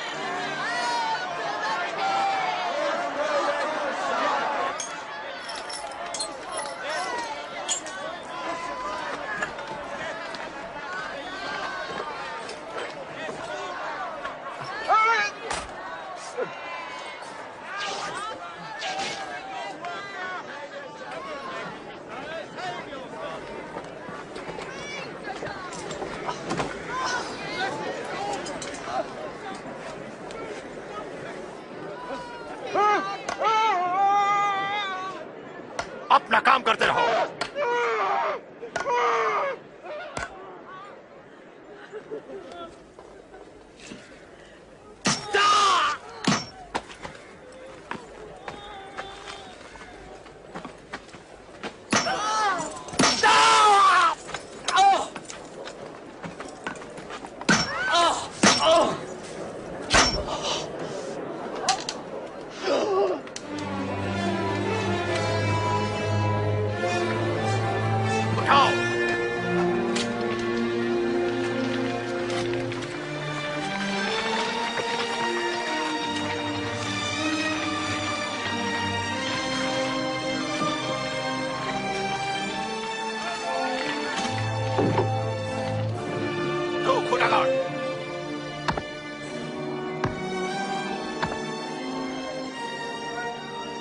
रस्से ढीले करो।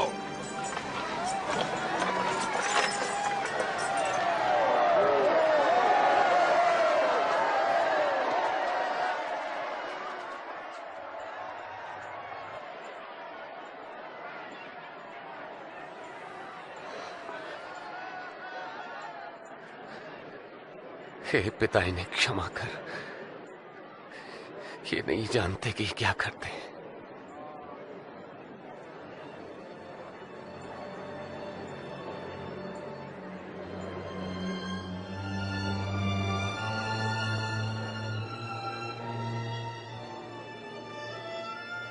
इसने औरों को बचाया, अब अपने को बचाए। यदि तू मसीह है तो अपने आप को बचा। हाँ, क्रूस पर से उतरा। हमारे सामने भी एक आश्चर्य कर्म करे।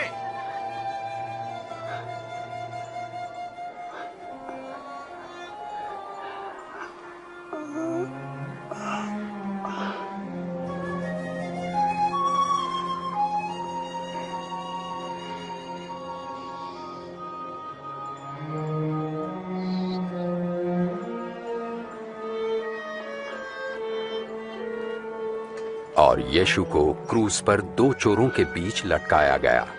इस प्रकार परमेश्वर के भविष्यवक्ताओं द्वारा सैकड़ों वर्ष पूर्व की गई भविष्यवाणी पूरी हुई। ये कपड़ा किसी मामूली आदमी का नहीं। रहने दो, नहीं इसे मत फाड़ो, मैं बताता हूँ इसका क्या करें। चलो पर्चियां डालें। अच्छा, पर्ची डाल के देखते हैं। ये मेरा नंबर तो आया, देखो तो नंबर तो देख। अरे तुझे मिल गया, अब तू इसका क्या करेगा?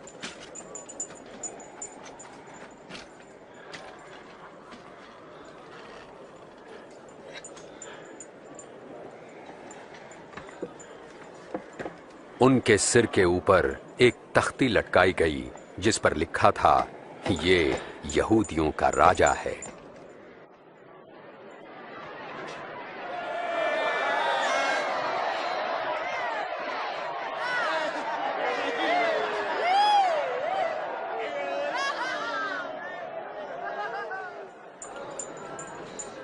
यदि तू यहूदियों का राजा है तो बचा ले अपने आप को।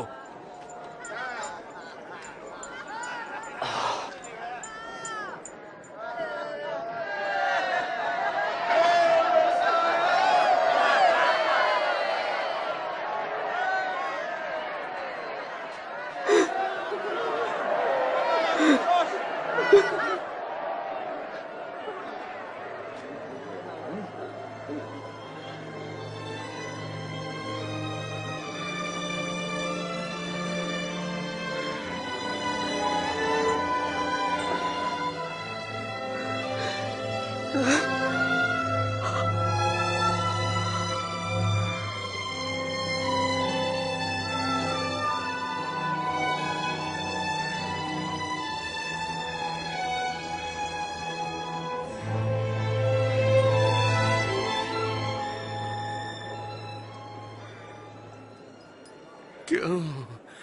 तू तो मसीह है ना? फिर हमें और अपने आप को बचा ले। क्या तुम परमेश्वर से नहीं डरते? उनको वही सजा मिल रही है जो हमें मिली, पर इनका तो कोई अपराध नहीं है।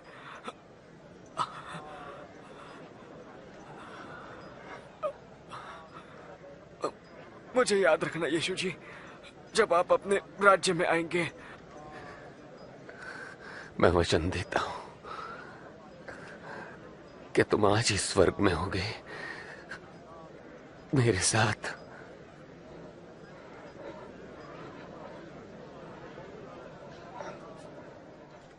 दोपहर हो चुकी थी और 3 घंटे तक सारे देश में अंधकार छाया रहा।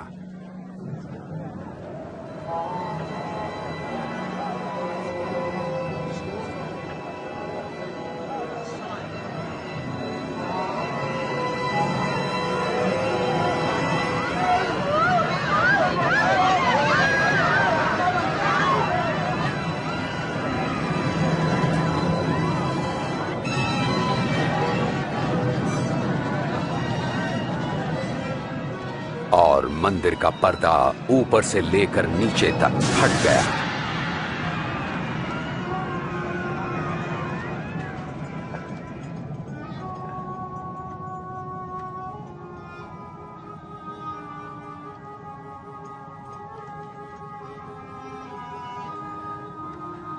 हे पिता,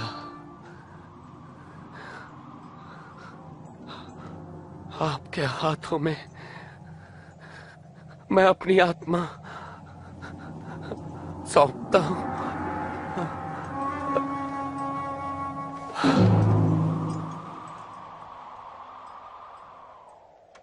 सैनिकों के सूबेदार ने ये देखकर परमेश्वर की बड़ाई करते हुए कहा, परमेश्वर की महिमा हो। निश्चय ही ये एक धर्मी मनुष्य थे।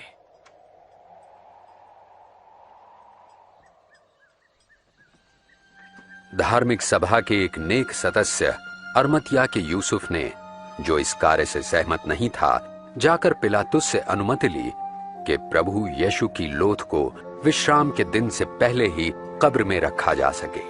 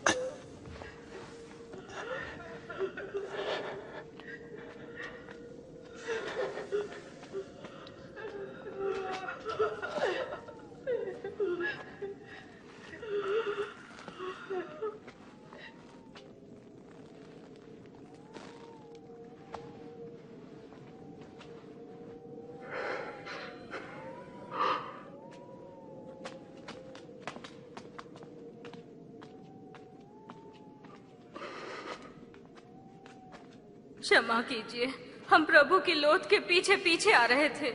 आप सभी आ सकते हैं, मगर चलें, विश्राम दिन शुरू होने वाला है।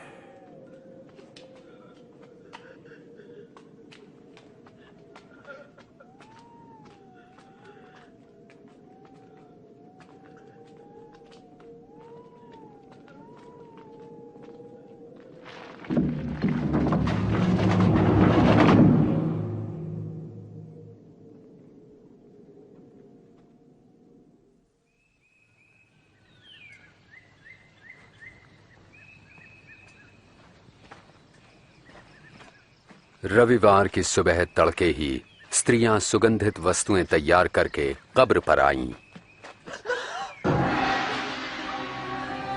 उन्होंने कब्र से पत्थर को लुढ़का हुआ पाया और जब वे अंदर गईं तो प्रभु यीशु की लोथ वहां नहीं थी।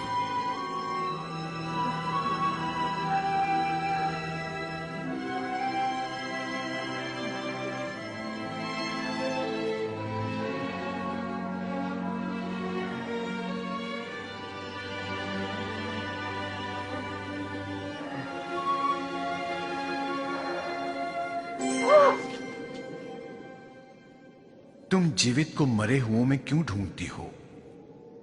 वे यहां नहीं हैं पर जी उठे हैं। तुम्हें याद है कि गलील में उन्होंने क्या कहा था? वे पापियों के हाथ पकड़वाए जाएंगे, क्रूस पर चढ़ाए जाएंगे और तीसरे दिन जी उठेंगे।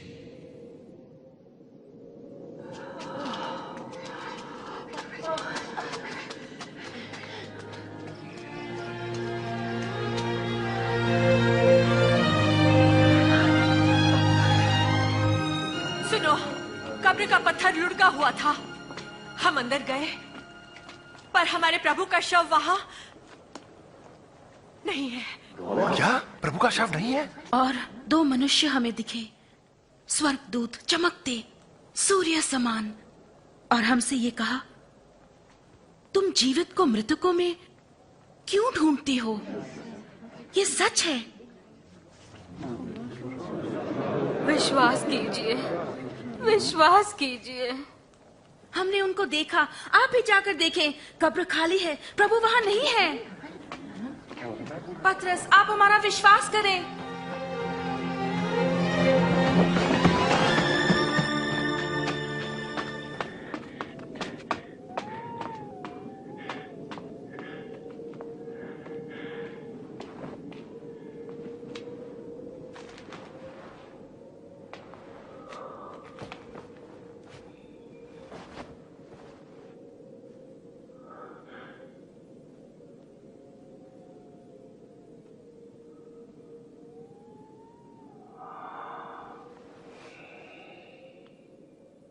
प्रभु यीशु दो शिष्यों पर प्रकट हुए और वे उत्साह भरे अपने साथियों के पास गए।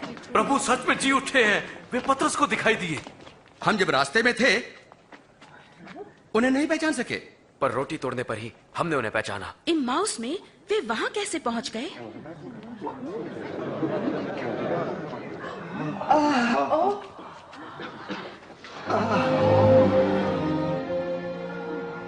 तुम्हें शांति मिले।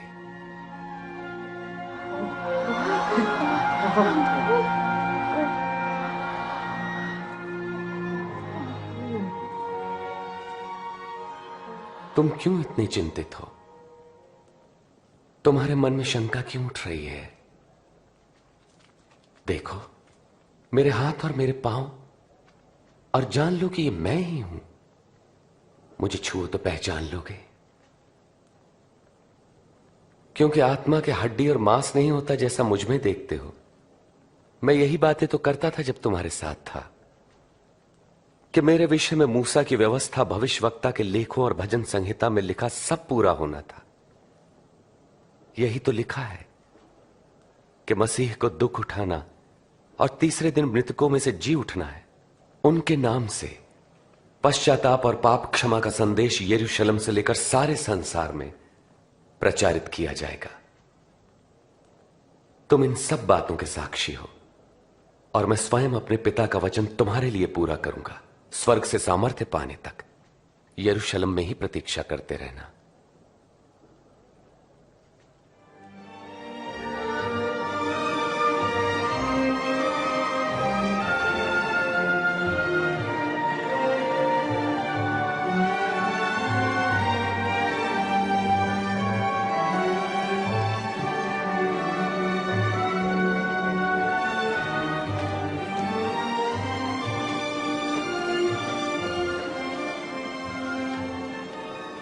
परमेश्वर तुम्हारी रक्षा करें और आशीष दें।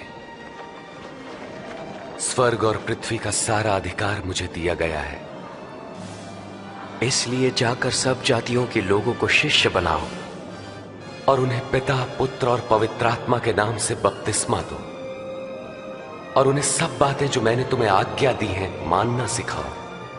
और देखो, मैं जगत के अंत तक सदैव तुम्हारे साथ हूं। आमीन।